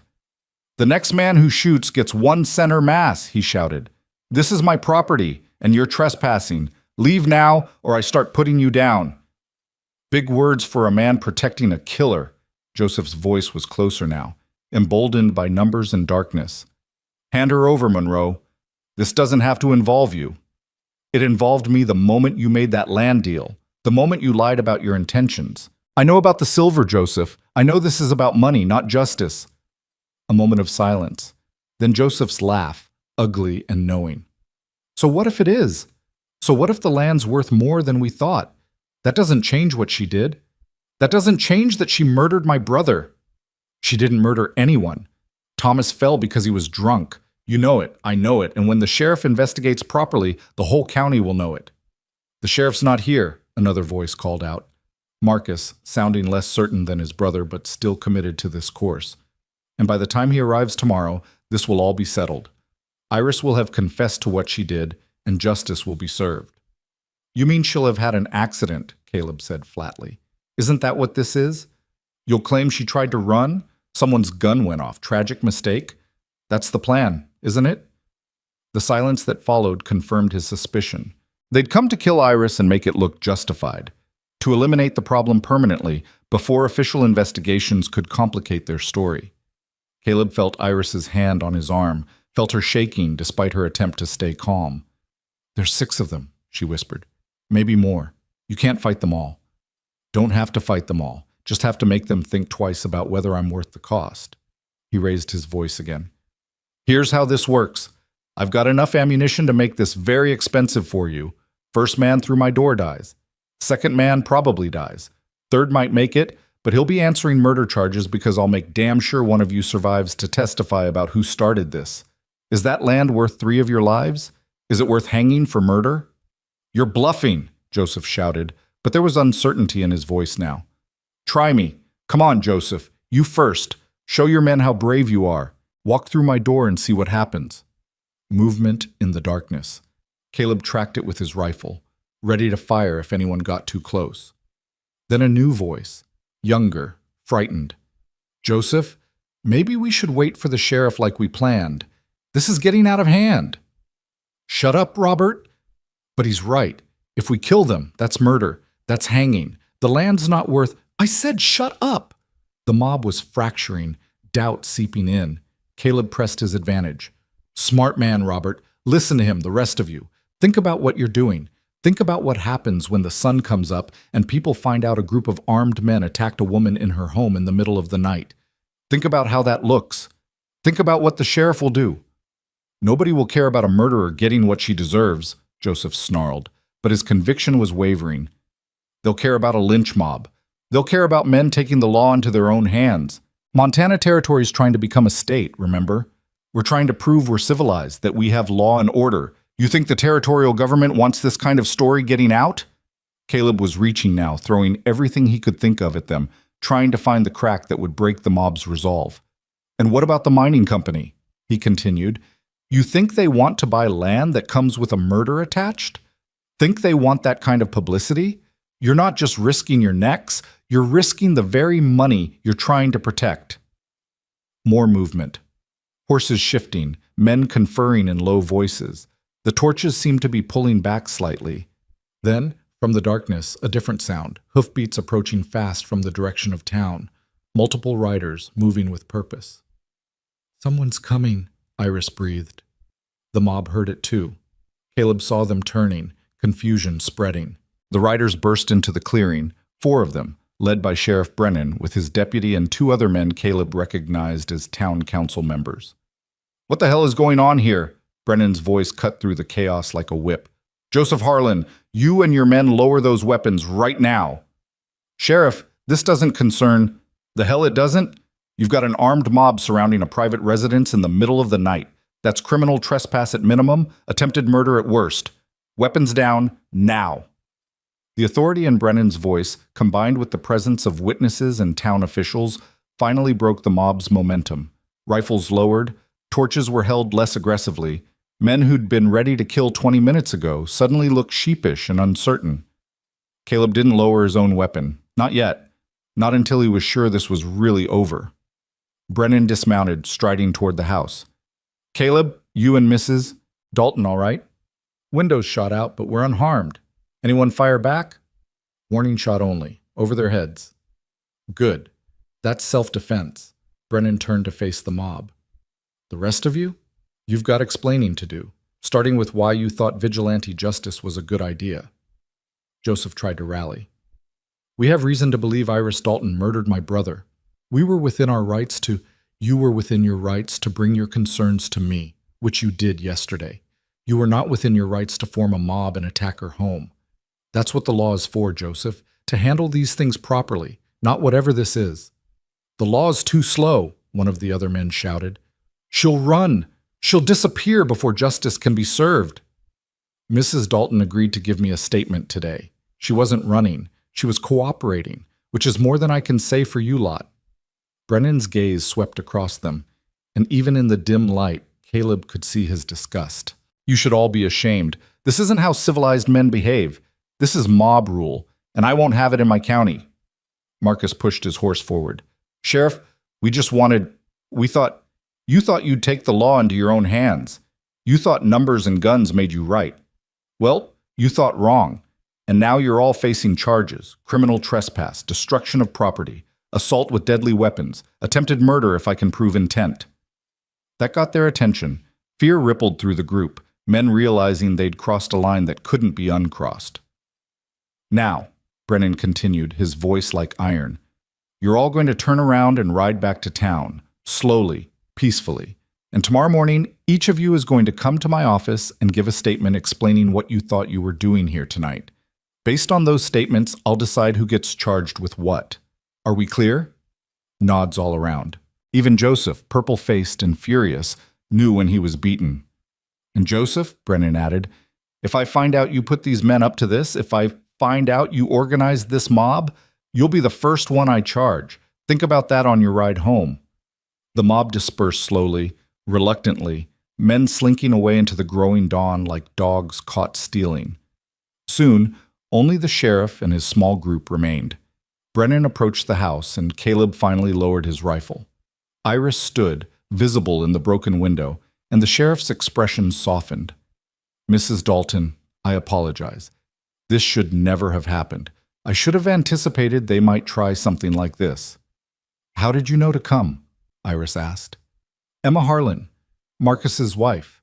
She rode to town in the middle of the night, told me the men had been drinking, talking about taking care of the problem themselves. She was terrified of what they might do. Brennan shook his head. Brave woman, going against her husband's family like that. I'll have to thank her, Iris said quietly. Right now, I need to know if you want to press charges. You'd be within your rights. They terrorized you, destroyed your property, threatened your lives. Caleb looked at Iris, letting it be her decision. She thought for a long moment, then shook her head. No charges. Not against the men who came with Joseph. They were drunk and stupid and following someone else's lead. But Joseph? Her voice hardened. Joseph organized this. Joseph put them up to it. Him, I want prosecuted to the fullest extent of the law. Brennan nodded. I can work with that. And it might actually help your case. Shows that the Harlans are willing to break the law to get what they want. Undermines their credibility. When do you need that statement? Iris asked. Still today, if you're up for it. Later, though. Give you time to clean up, calm down. He looked at the broken window, the bullet holes in the frame. I'll send someone out to board that up, make your house secure again. Appreciate it, Sheriff. After Brennan and his men left, Caleb and Iris stood in the growing light, exhaustion and relief warring for dominance. The danger had passed. They'd survived. But the cost, the fear, the violence, the reality of how far the Harlans would go settled over them like ash. That was close, Iris finally said. Too close. If the sheriff hadn't come, but he did. Emma saved us. Saved you. Iris moved to the broken window, glass crunching under her boots. She knows what it's like, being trapped in a Harlan marriage, watching men you're supposed to trust turn into monsters. She couldn't save me from Thomas, but she could save me from Joseph. Caleb came to stand beside her, and together they watched the sun rise over the damaged yard, over the flattened garden, over land that had become a battleground. This isn't over, he said quietly. They'll try again. Maybe not like this, but they'll find another way. I know. Iris turned to look at him, and despite everything, the fear, the exhaustion, the danger, her eyes were clear. But I'm not running. Whatever comes next, I face it here, on my own ground, with someone beside me who sees me as more than just an inconvenience to be disposed of. Caleb reached for her hand, found it, held it. Then we face it together, he said. Whatever comes next. We face it together. And as the sun climbed higher, burning away the shadows of the terrible night, they stood together in the ruins and the survival, two people who'd been brought together by calculation and were choosing, in the light of a new day, to stay together by something far stronger. The battle wasn't over, but they'd survived the first assault, and in surviving, they'd found something worth fighting for, something that looked a lot like hope. The morning sun was fully up by the time Sheriff Brennan's carpenter arrived to board up the shattered window. Caleb and Iris had swept up the glass, cataloged the damage, and were sitting at the kitchen table with coffee. Neither of them was drinking when the sound of hammering began. Iris flinched at each strike, and Caleb noticed her hands trembling slightly as she gripped her cup. The adrenaline was wearing off, leaving behind the raw reality of what had almost happened. You should try to rest, he said quietly. You've been up all night. So have you. I'm used to it. Calving season, you learn to function without sleep. I'm not delicate, Caleb. I don't need coddling. But her voice lacked conviction, and when she set down her cup, some of the coffee sloshed over the rim. Without thinking, Caleb reached across the table and covered her shaking hand with his. No one's saying you're delicate. You stood in that window and stared down 6 armed men. You're the furthest thing from delicate I've ever seen. But being strong doesn't mean you can't be scared. Doesn't mean you can't admit when something shook you. Iris looked down at their joined hands, then slowly turned hers over, lacing their fingers together like she had the day before, like it was becoming natural. I thought they were going to kill us, she said softly. When I heard Joseph's voice, when I saw those torches, I thought this was it. That I'd survived Thomas only to die at his family's hands anyway. And the worst part was thinking you'd die too, because of me, because of a bargain you made that turned into so much more than you agreed to. I knew what I was getting into when I faced them down that first day, Caleb said. Maybe not the specifics, but I knew the Harlans were trouble. I knew taking you in would come with complications. I chose it anyway. Why?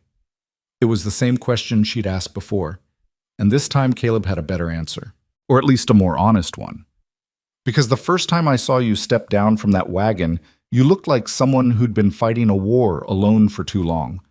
And I know what that feels like. My father—" He stopped, surprised to find himself going there, to that territory he never visited. "My father was a hard man, mean when he drank. My mother learned to make herself invisible, just like you did. Learned to take the blame for his moods, his failures, his cruelty. I was 10 when she finally left him, packed a bag, took me with her, never looked back." Iris's grip on his hand tightened. "Where did she go?" "Her sister's place in Colorado. We lived there until I was old enough to work, old enough to take care of her. She died when I was 23. Pneumonia. But she had 6 years of peace before that. 6 years of not being afraid, of not measuring every word, every action, every breath against someone else's temper." He met Iris's eyes. "When you told me about Thomas, about what he did to you, I saw my mother. I saw what she survived, and I thought, if I can give you what she had, even just a few years of peace, of safety, of being able to breathe, then that's worth whatever comes with it." Tears spilled down Iris's cheeks, but she didn't wipe them away. "She raised a good man. She raised a stubborn one, not sure it's the same thing." "It is." Iris squeezed his hand once more, then gently withdrew, using both hands to wipe her face. "All right, enough sentiment. We have work to do. The sheriff will be here this afternoon for my statement. I need to be ready." They spent the next hours preparing. Caleb wrote down everything he knew about the land sale, the mining company interest, the timeline of Joseph's visits to the land office.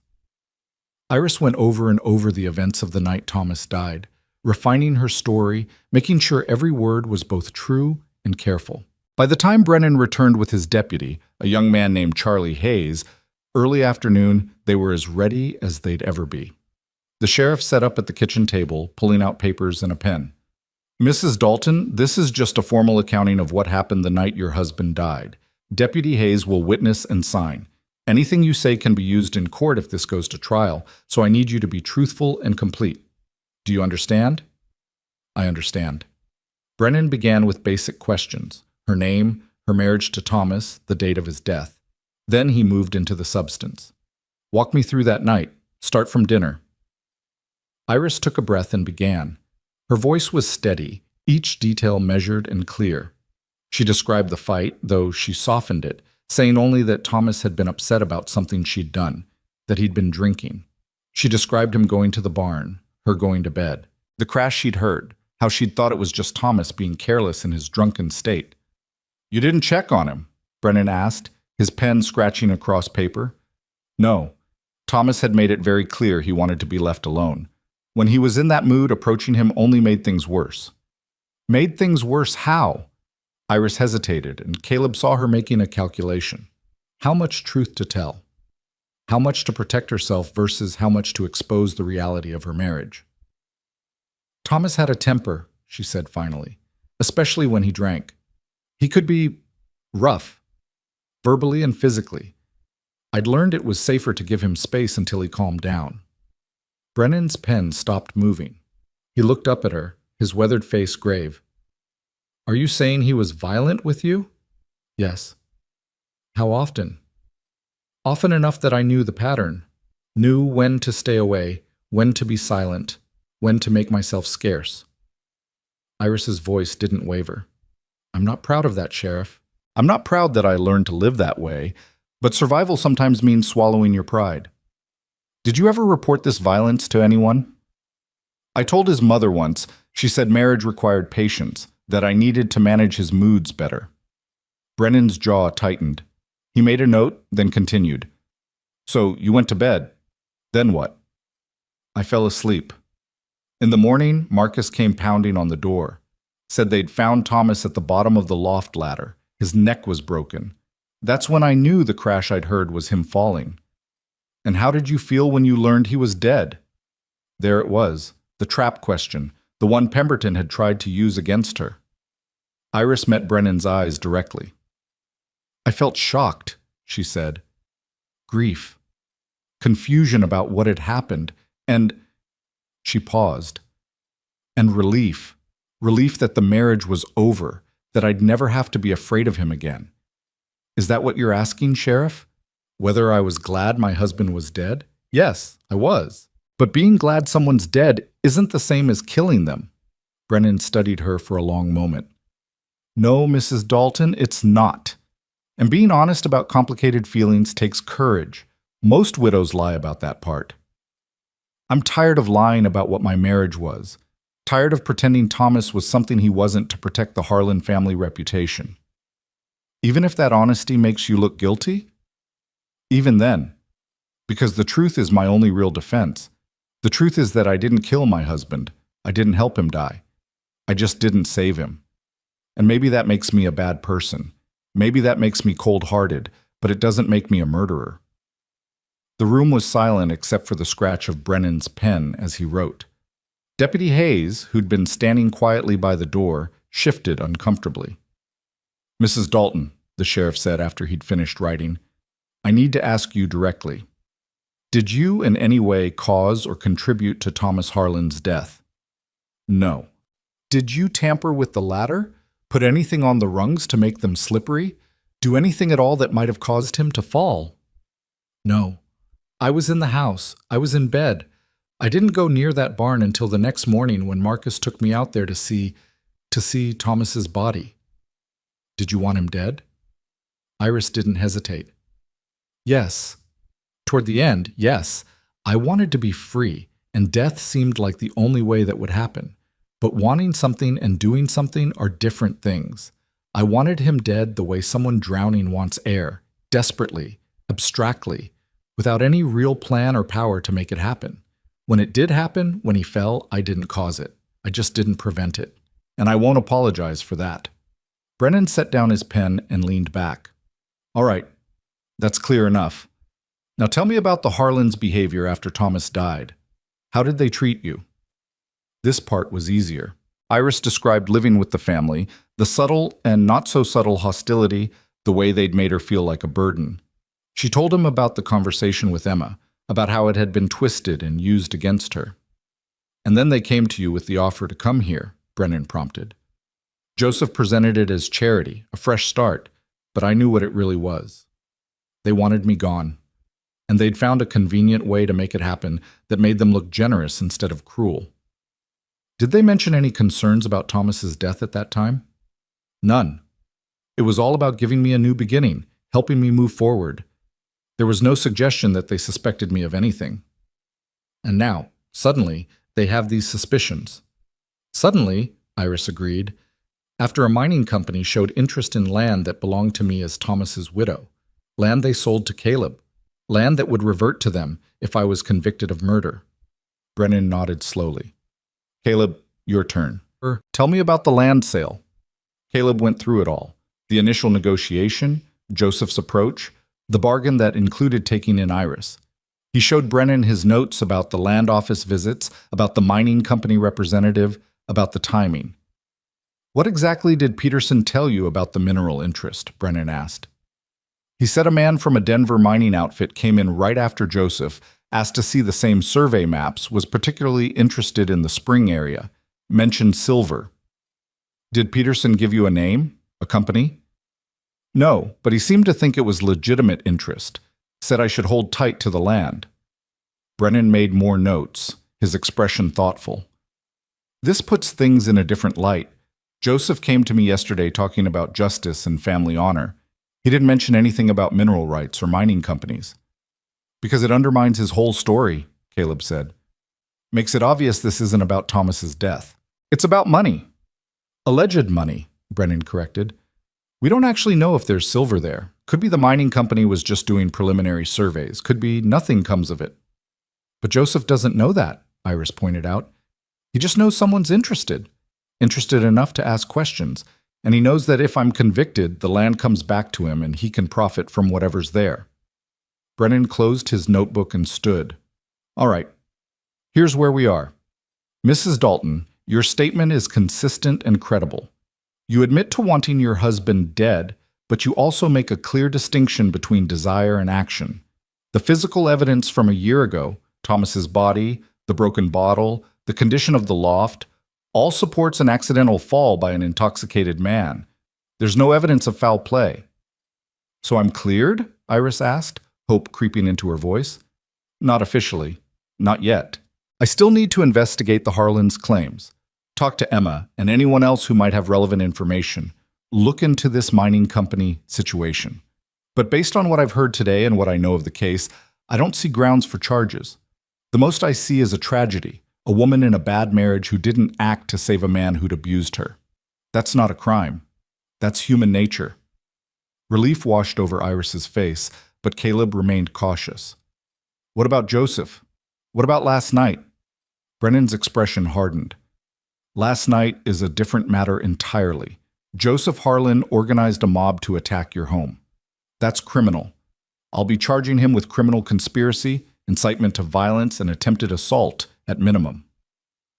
The other men will face lesser charges since they were following his lead, but Joseph is going to answer for what he did. Will that stick? Caleb asked. He's got money, influence, a good lawyer. He's got Pemberton, who's smart enough to know when his clients crossed a line that can't be uncrossed. And he's got witnesses against him, his own men who'll talk to save themselves, and Emma who can testify about the planning.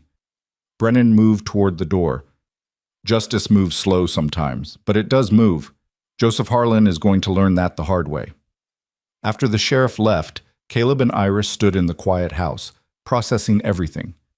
The formal statement was done. The investigation was moving in their favor. Joseph would face consequences for his actions. It felt like a victory, but a tentative one, like standing on ice that might crack at any moment. Do you believe him? Iris asked. That I won't be charged. Brennan's a straight shooter. If he says he doesn't see grounds for charges, I believe him. But Joseph won't give up. Even if he's facing criminal charges himself, he'll find a way to keep fighting. Caleb nodded. Which is why we need to get ahead of this. We need to know for certain what's under that land. If there really is silver, if the mining company makes an official claim, then we have leverage. Proof that this was never about justice. How do we find out? We go to the source, the mining company office in Denver if we have to. But first, he thought for a moment. First, we talk to Peterson again. See if he can give us more information about who exactly came asking questions. A name, a company, anything we can trace. That's a day's ride at least, 2 days round trip. I know, which means leaving you here alone. Iris straightened her shoulders. I can handle myself. I've got the rifle, I know how to use it, and after last night, the Harlans know they can't intimidate me. I'll be fine. I don't like it. I don't like it either, but we need that information. She moved closer to him, and Caleb was struck again by how tall she was, how she met his eyes almost level. We're so close, Caleb, so close to proving what they did, why they did it. We can't stop now just because of fear. She was right, and he knew it. But the thought of leaving her alone, vulnerable, made his chest tight with worry he hadn't felt in years. Somewhere along the way, this practical arrangement had become something else. Somewhere between her first defiant stand in her garden in the mud, between shared coffee and joined hands, she'd become someone he couldn't bear to lose. All right, he said finally. I'll leave at first light tomorrow. Should be back by evening the next day. But you promise me, anything looks wrong, anything feels off, you ride straight to town. Don't wait, don't investigate, just go. I promise. They spent the rest of the afternoon in careful preparation. Caleb checked and double-checked the rifle, showed Iris again how to load and fire it quickly. They went over plans for different scenarios. What if Joseph came back? What if the mob returned? What if Pemberton showed up with legal papers? By evening, they were both exhausted, strung tight with tension that had nowhere to go. Dinner was quiet, and afterward, Iris surprised him by asking if he played cards. Used to, he said. Been years, though. I found a deck in that drawer by the stove.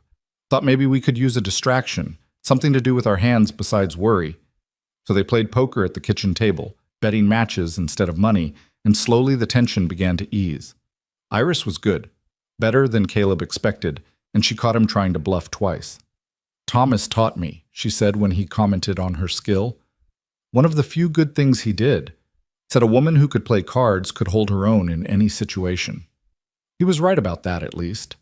As the evening wore on, their conversation drifted from cards to other things. Iris asked about his mother, and Caleb found himself telling stories he hadn't shared in years.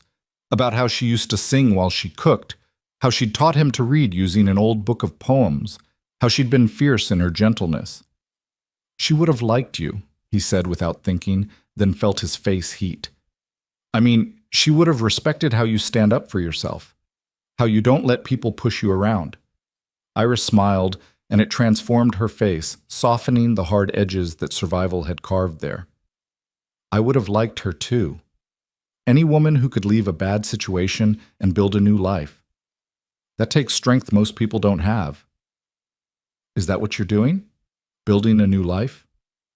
The question hung between them, weighted with everything they hadn't said, everything that had been building since that first tense day. "I'm trying to," Iris said slowly. "Whether I succeed or not depends on what happens next, on whether the Harlans win or lose, on whether—" She stopped, seemed to gather courage. "On whether there's a place for me here when all this is over. A real place. Not just as part of a bargain." Caleb set down his cards. "There's a place for you here as long as you want it. Bargain or no bargain.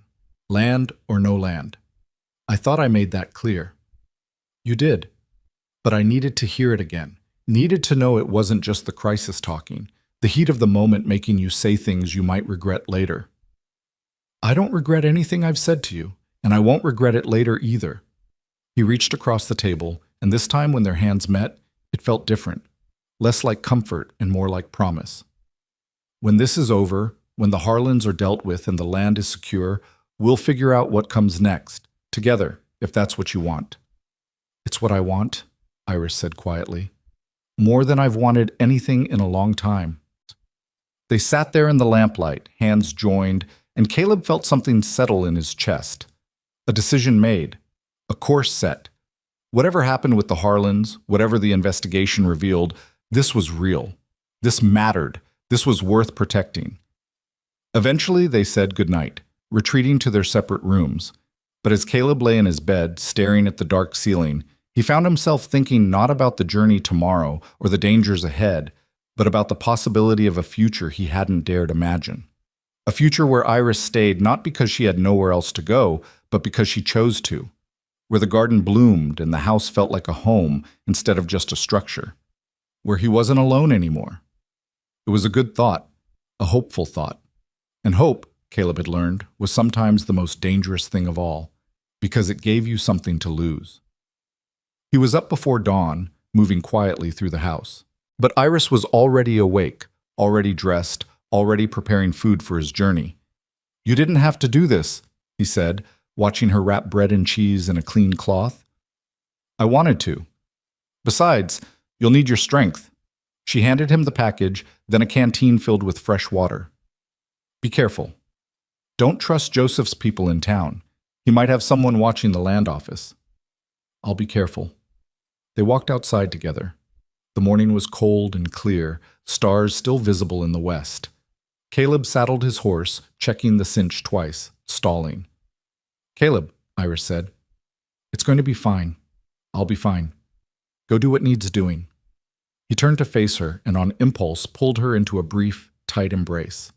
She stiffened for just a moment, then relaxed into it, her arms coming up to circle his back. "2 days," he said into her hair. "I'll be back in 2 days. I'll be here." He pulled back, climbed into the saddle, and rode out as the sun was just breaking the horizon. When he looked back, Iris was standing in the yard, one hand raised in farewell, and the sight of her there, strong and solitary and waiting, made his heart ache. The ride to town took most of the morning. Caleb went straight to the land office, arriving just as Peterson was unlocking the door. "Back again?" the clerk said, not unkindly. "You're persistent, I'll give you that. Need more information about that mining company representative? You remember anything else about him? A name, maybe? What company he was with?" Peterson thought for a moment. "He didn't give me a company name, just said he was doing survey work, but he had papers, official-looking things. I saw a letterhead. Something with Continental in it, I think. Continental Mining or Continental Resources, something like that." "What did he look like?" "City man, 40-something, well-dressed, had a scar here." Peterson touched his left cheek. "Talked educated, not from around here." It wasn't much, but it was something. He say anything about what they were looking for specifically? Just asked about water rights and mineral rights, wanted to know who owned what, who had claims filed. Standard survey questions. Did Joseph Harlan talk to this man? See him while he was here? Peterson's eyes shifted. Can't say for certain, but look, Caleb, I probably shouldn't tell you this, but Joseph was waiting outside when the mining man left. I saw them talking on the boardwalk. Brief conversation, maybe 5 minutes. Then they went their separate ways. So Joseph had made contact with the mining company. Had probably learned exactly how valuable that land might be. It was another piece of the puzzle, more proof that this whole situation was orchestrated. Peterson, if I need you to testify to this, to what you saw, what Joseph asked about, would you? The clerk paled. Testify? In court? Against the Harlans? Maybe, if it comes to that. Caleb, I can't afford to make enemies with that family. They've got influence. They've got money. They've got a habit of breaking the law when it suits them. And they almost killed 2 people 3 nights ago because of land they're trying to steal. Is that the kind of people you want to protect? Peterson was quiet for a long moment.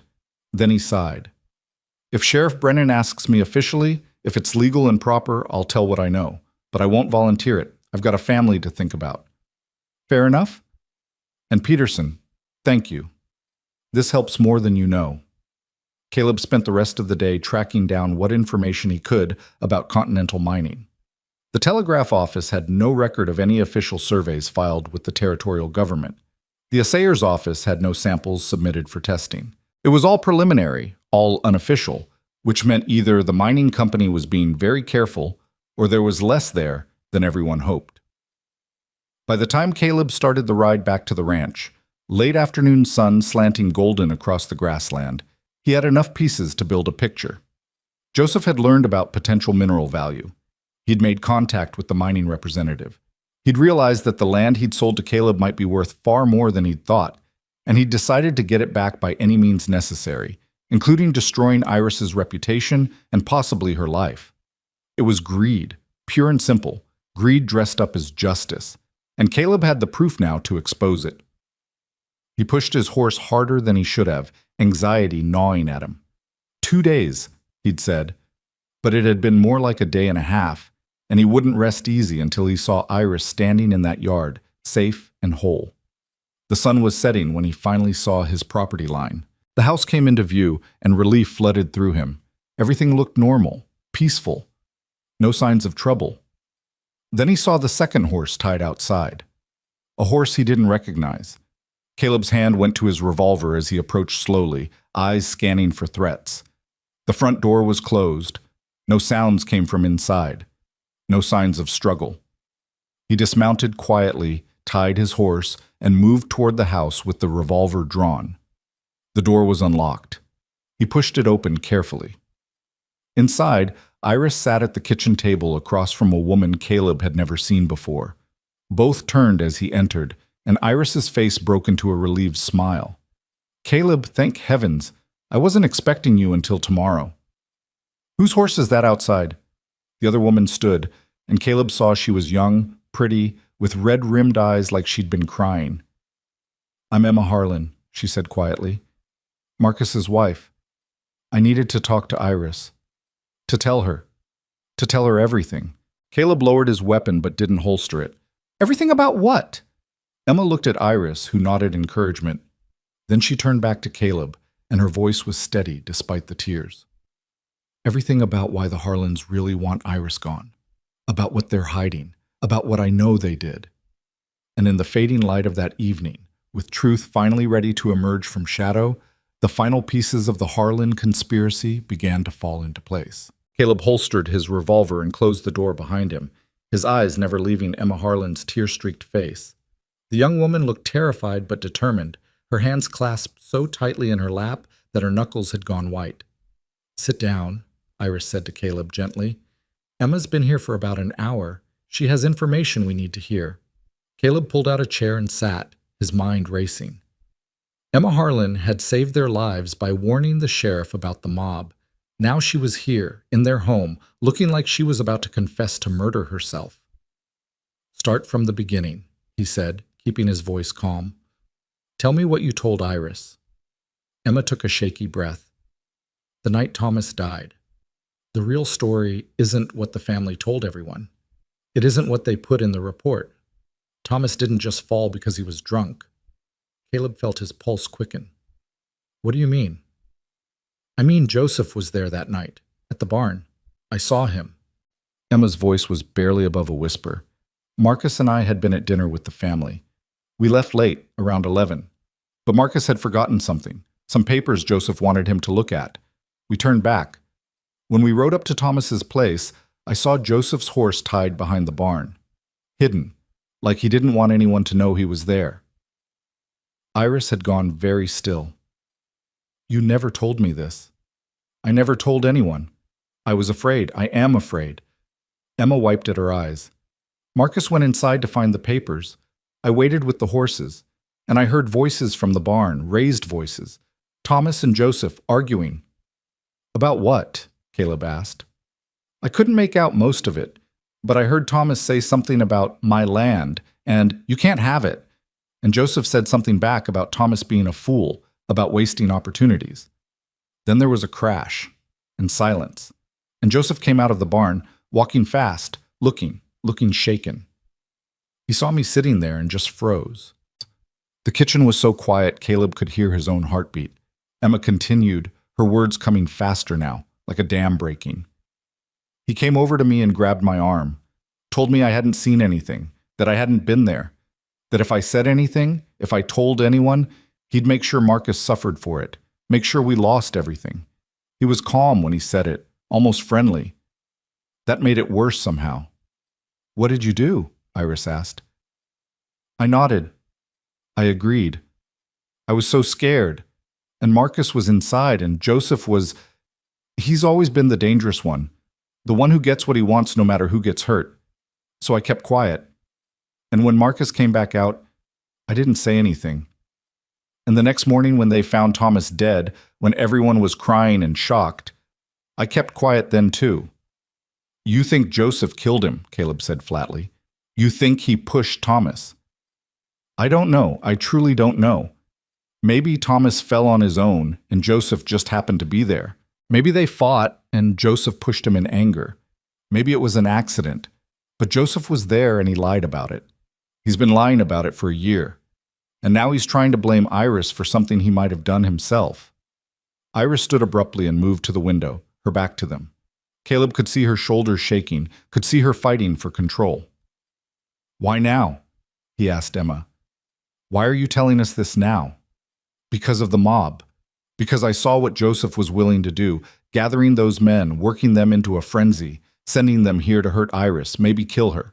Because I realized he'd go as far as he needed to protect himself and get what he wants. And because... Her voice broke. Because I can't live with the guilt anymore. I can't watch an innocent woman be destroyed for something she didn't do while I stay silent about what I know. Will you testify to this? Caleb demanded. Will you tell the sheriff? Emma's face crumpled. If I do, Marcus will never forgive me. His family will destroy us. Joseph will make good on his threats. We'll lose everything. You'll lose your soul if you don't, Iris said, turning from the window. Her voice was hard but not unkind. I know what it's like to keep quiet to survive, Emma. I know what it costs.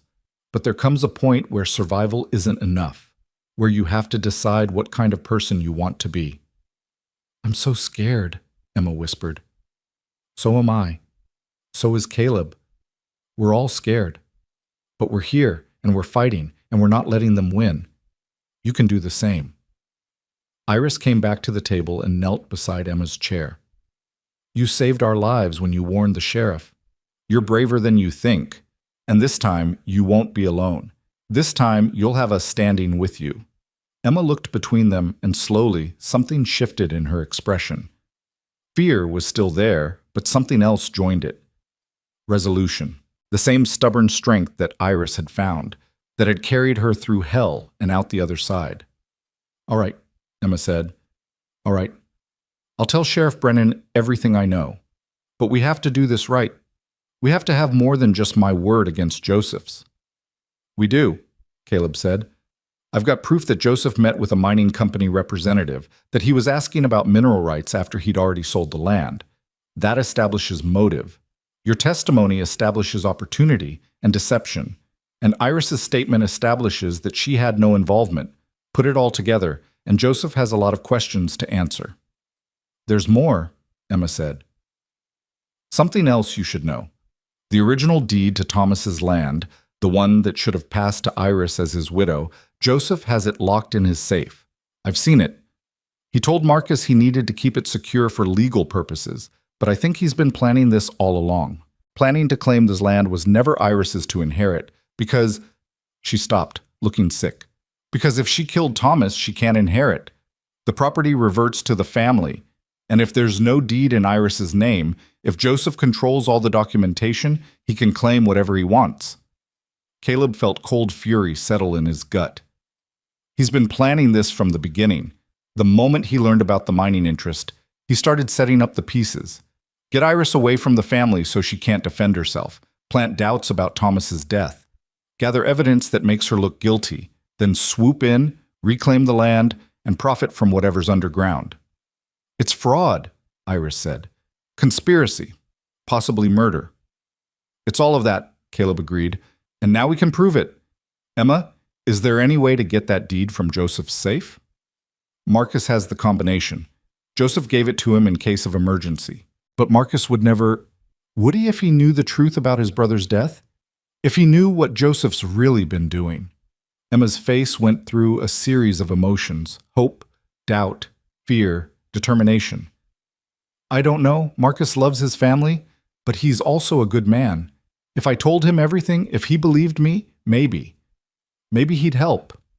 That's a risk, Iris warned. If Marcus chooses Joseph over the truth, we lose the element of surprise.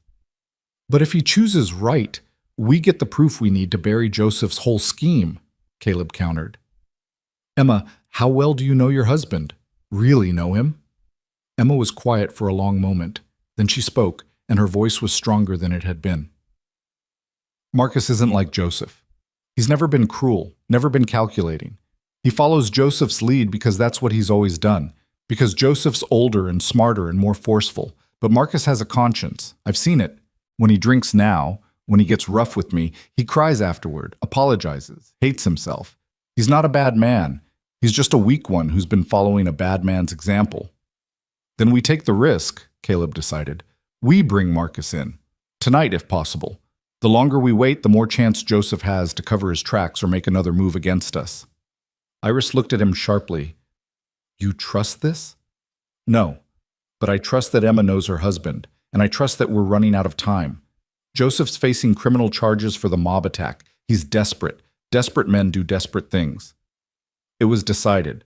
Emma would ride home, tell Marcus she needed to speak with him privately, bring him to the ranch under the pretense of checking on Iris after the attack. Once here, they'd confront him with everything. Emma's testimony, the evidence about the mining company, the timeline of Joseph's deception. And they'd see which way Marcus Harlan jumped when forced to choose between his brother's schemes and the truth. After Emma left, Caleb and Iris prepared for what might be their final confrontation with the Harlans. They checked weapons, rehearsed what they'd say, steeled themselves for the possibility that Marcus would side with Joseph and this whole thing would blow up in their faces. If this goes wrong, Iris said as they waited in the gathering dusk, if Marcus warns Joseph and they come at us together, then we fight. We've got the truth on our side. We've got the sheriff. We've got each other. Caleb reached for her hand. That's more than they have.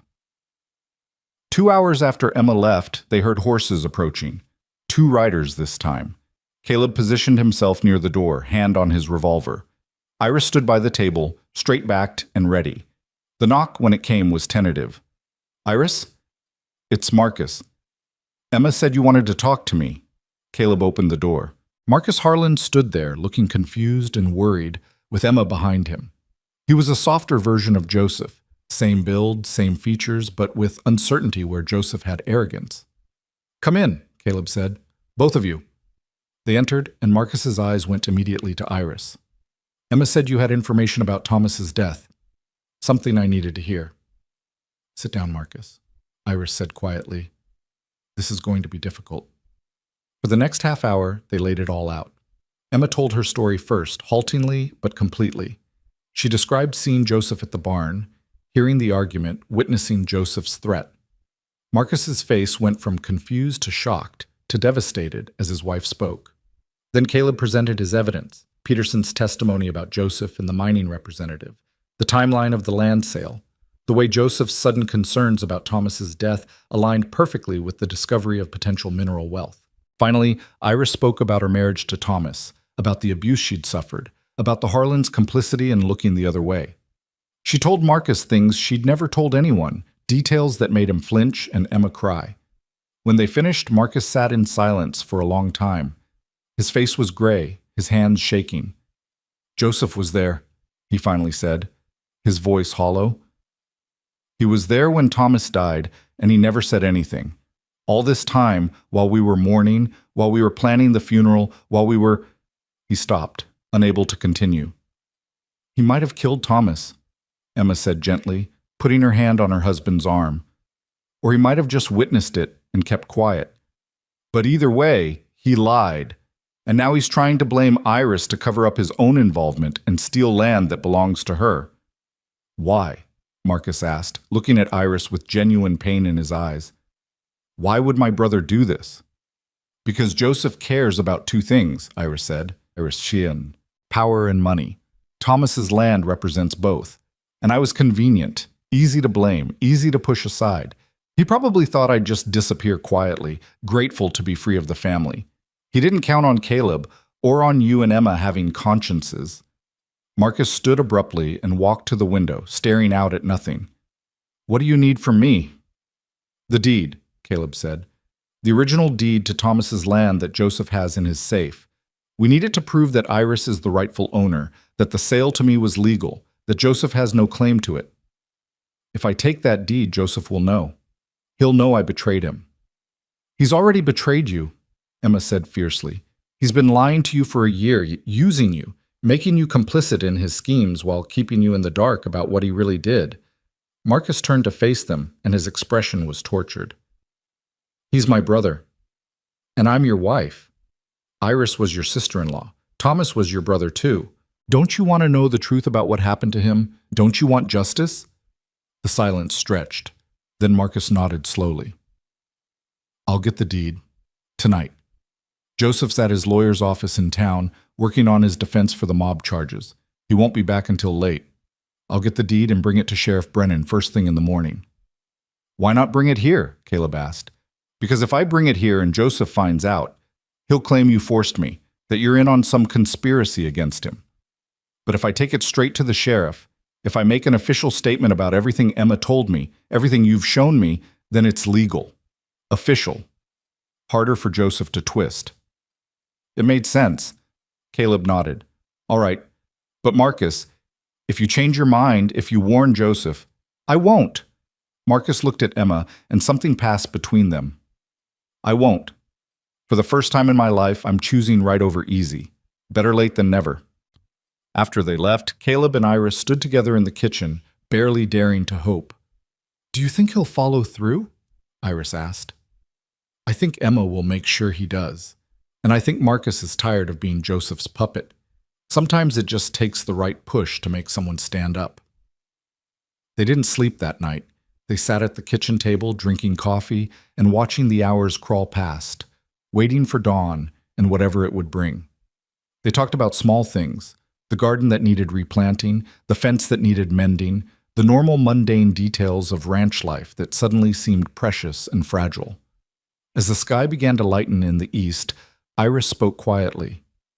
"If this works, if Marcus comes through and Joseph is exposed, what happens then?" "Then you're cleared. The land is legally yours, legally mine through our agreement. Joseph faces charges for fraud, conspiracy, possibly murder. The Harlans lose their hold over you. And after that? After all the legal dust settles?" Caleb met her eyes. "After that, you decide what you want. You're free, Iris, truly free. Free of Thomas, free of his family, free of the whole mess. You can stay here, or you can take your share of the land value and go somewhere new.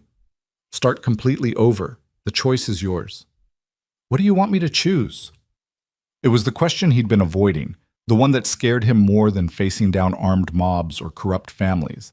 But looking at her in the early morning light, seeing the woman who'd transformed from unwanted burden to irreplaceable partner, he found the courage to be honest. I want you to stay. Not because of any bargain or agreement, not because you're trapped or have nowhere else to go, but because you want to. Because this place, this life, because we could build something here, together, something real and good and ours.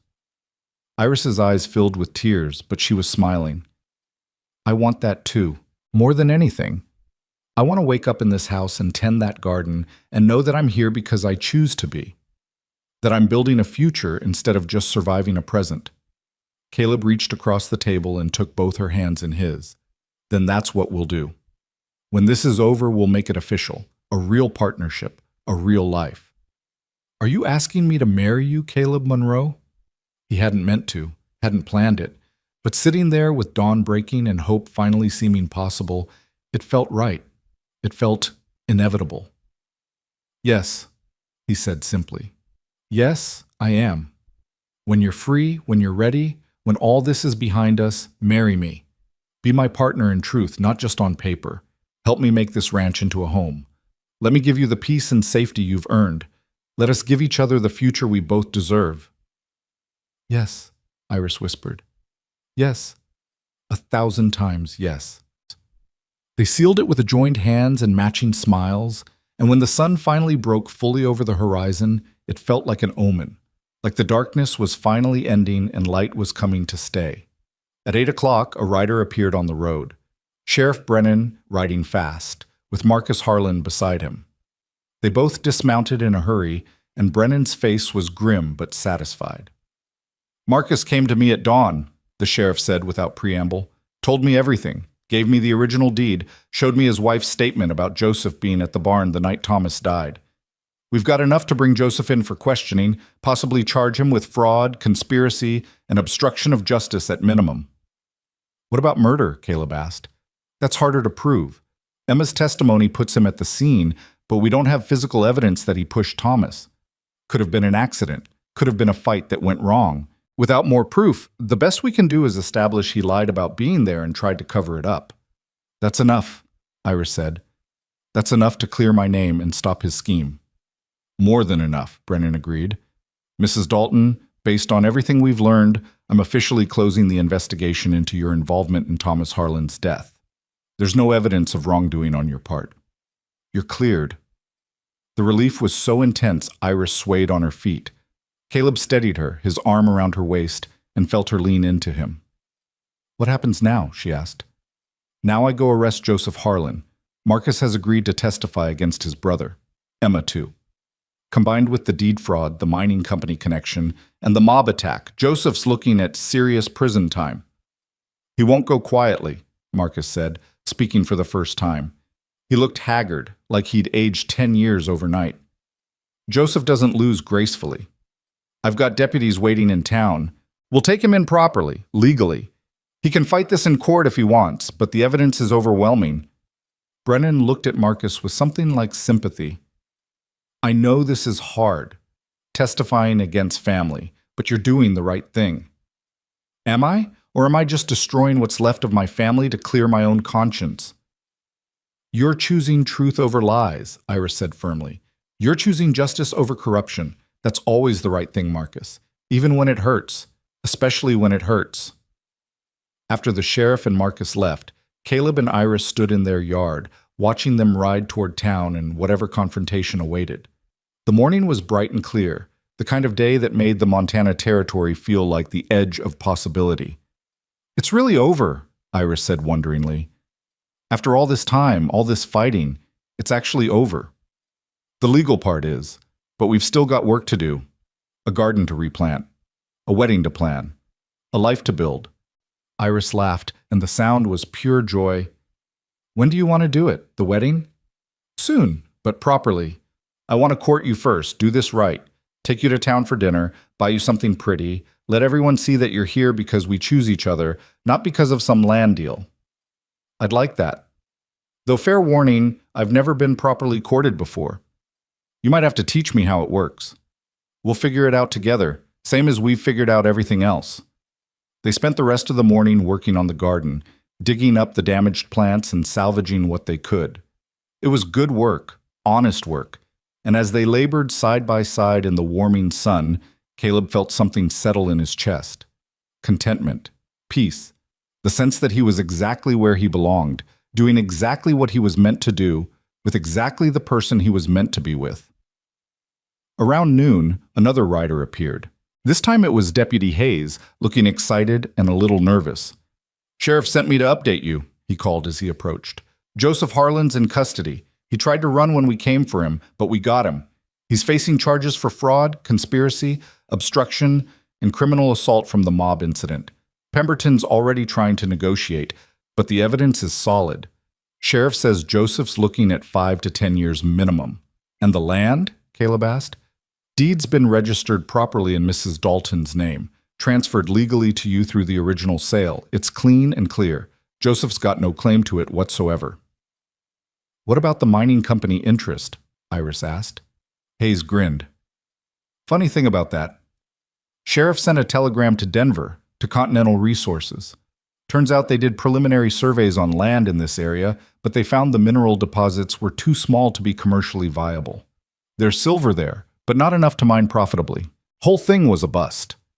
Caleb started laughing. He couldn't help it. All of Joseph's scheming, all his plotting and planning and destroying lives. And it was for nothing. For a few veins of silver that weren't even worth extracting. He destroyed his family, his reputation, and his freedom for worthless land, Iris said, shaking her head. "There's a kind of justice in that." "Poetic justice," Caleb agreed. "The kind you can't write better than life delivers it." After Hayes left, they returned to the garden. By evening, they'd replanted most of it, and though the new seedlings looked small and fragile, they had strong roots. They'd grow. They'd flourish. They'd become something beautiful. As the sun set that night, Caleb and Iris sat on the porch together, watching the sky turn gold and orange and purple. They didn't talk much. They didn't need to. Everything that needed saying had been said. Everything that needed doing had been done. The next weeks passed in a blur of activity.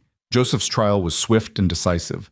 Marcus and Emma testified, their statements corroborated by Peterson and others who came forward once they knew it was safe. Joseph was sentenced to 7 years in territorial prison for fraud and conspiracy, with additional charges pending regarding Thomas's death. Marcus and Emma left town shortly after, moving to Emma's family property in Colorado. Before they left, Emma came to visit Iris one last time. "I wanted to thank you," Emma said as they stood in the newly flourishing garden, "for showing me that it's possible to survive, to escape, to build something new." "You saved my life when you warned the sheriff," Iris reminded her. "We're even." "We're friends," Emma corrected. "And if you ever need anything, you write to me. Promise?" "I promise." 6 weeks after Joseph's arrest, on a warm Saturday afternoon in late summer, Caleb and Iris were married in the small church in town. It was a simple ceremony. Sheriff Brennan stood as witness, along with Emma and Marcus, who'd traveled back for the occasion, and a handful of neighbors who'd come to know and respect Iris over the past months. Iris wore a dress she'd made herself, simple blue cotton that brought out the green in her eyes. Caleb wore his best suit, brushed clean and pressed. They spoke their vows quietly, firmly, looking at each other with the kind of certainty that comes from having been tested and emerged stronger. When the minister pronounced them husband and wife, when Caleb kissed his bride in front of witnesses and law, Iris felt something she'd never experienced before. Complete, unfettered freedom. The freedom to choose her own life. The freedom to love and be loved without fear. The freedom to plant gardens and watch them grow, knowing she'd be there to harvest them. That evening, at the small celebration dinner held in the church hall, Sheriff Brennan raised his glass in a toast. "To Caleb and Iris Monroe," he said. "Two people who turned a bad bargain into something beautiful, who faced down corruption and violence with truth and courage, who proved that sometimes the things that look like punishment are actually blessings in disguise. May your marriage be blessed with the same strength and determination you showed in fighting for it." "Hear, hear," the gathered friends echoed. Caleb looked at his wife. His wife, and marveled at the journey that had brought them here. She'd arrived as unwanted cargo, a burden he'd accepted reluctantly for the sake of land. She'd become the treasure he'd been searching for without knowing it, the partner who matched his strength with her own, the woman who'd transformed his house into a home and his solitary existence into a shared life. "What are you thinking?" Iris asked, reading the expression on his face. "I'm thinking that the Harlans meant to punish us both. They meant to saddle me with an inconvenient widow and exile you to the middle of nowhere. They thought they were being clever. And instead they gave us each other. They gave us a chance we never would have had otherwise. They tried to destroy you, and instead they set you free. They tried to trap me, and instead they gave me everything I didn't know I needed." Iris smiled and leaned against his shoulder. "Their punishment became our treasure. Best treasure I ever found." They stayed at the celebration until late, then rode home together under a sky full of stars. The ranch waited for them, solid and real, with a garden full of growing things and a future full of possibilities. In the months and years that followed, they built that future one day at a time. The garden flourished, producing more vegetables than they could use, enough to share with neighbors and sell in town. The herd grew. The house expanded. First a new room, then a whole addition, preparing for a family they both hoped for. Iris never forgot where she'd come from, the darkness she'd survived. But she didn't let it define her. She became known in town as a woman of strength and kindness, someone who'd help anyone in need, especially women trapped in situations like she'd been. More than one frightened wife found refuge in the Monroe home, found courage in Iris's story, found hope in her example. Caleb watched his wife bloom like her garden, watched her grow into the fullness of who she was meant to be, and counted himself blessed beyond measure. He'd thought he wanted land, security, the simple satisfaction of building something from nothing. Instead, he'd found love, partnership, a reason to build that went beyond mere survival. On their first anniversary, they stood together in the garden that had become Iris's pride and joy. Tomatoes hung heavy on the vine, beans climbed their poles. Flowers bloomed in riotous color along the borders. It was abundance. It was life. It was proof that beauty could grow from even the most barren soil. "Do you remember what you asked me?" Iris said, running her hand over the plants. "That first night after the storm, when the garden was destroyed? I asked you to tell me the truth about Thomas's death. No, after that, you asked me to keep the garden if things went wrong, if they took me away. You promised you would." Caleb pulled her close. "I remember. You kept that promise, even when you didn't have to, even when I was just a stranger thrust into your life. You saw something worth protecting, worth preserving." "I saw you," Caleb said simply. "I saw someone who'd been beaten down and discarded but who still had enough hope to plant seeds in the ground. How could I not protect that?" Iris turned in his arms and kissed him, long and sweet, tasting of summer and possibility. When they broke apart, she was smiling. "The family sent me to you as punishment," she said. "A burden, an inconvenience, a problem to be solved. And instead I found a home, a partner, a life worth living.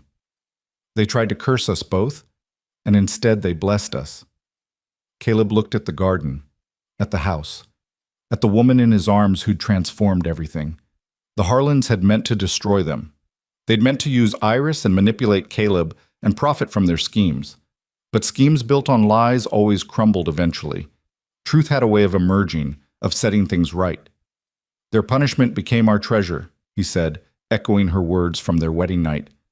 "The greatest treasure," Iris agreed, "the one we didn't know we were looking for." As the sun set over their land, over the garden and the house, and the life they'd built together, Caleb Monroe held his wife and counted his blessings. He'd bargained for 20 acres. He'd gotten so much more. He'd gotten everything.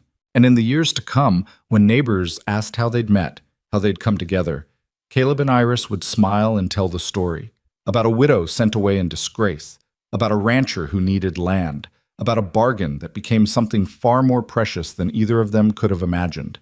They'd tell it as a love story, because that's what it was, the best kind. The kind earned through fire and fear and fighting for what was right. The kind that started with darkness and ended with light. The kind where punishment transformed into blessing, where exile became home, where the thing meant to destroy them became the foundation of everything beautiful.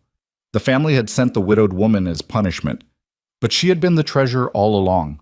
The treasure Caleb had dreamed of without knowing it. The treasure that made everything else worth having. And together, they lived out their days in peace and plenty, tending their garden, raising their family, building their future one honest, loving, hard-won day at a time. The Harlans had tried to write their ending, but Caleb and Iris wrote their own instead. And it was better than any bargain could have promised. It was real. It was earned. It was theirs. It was everything.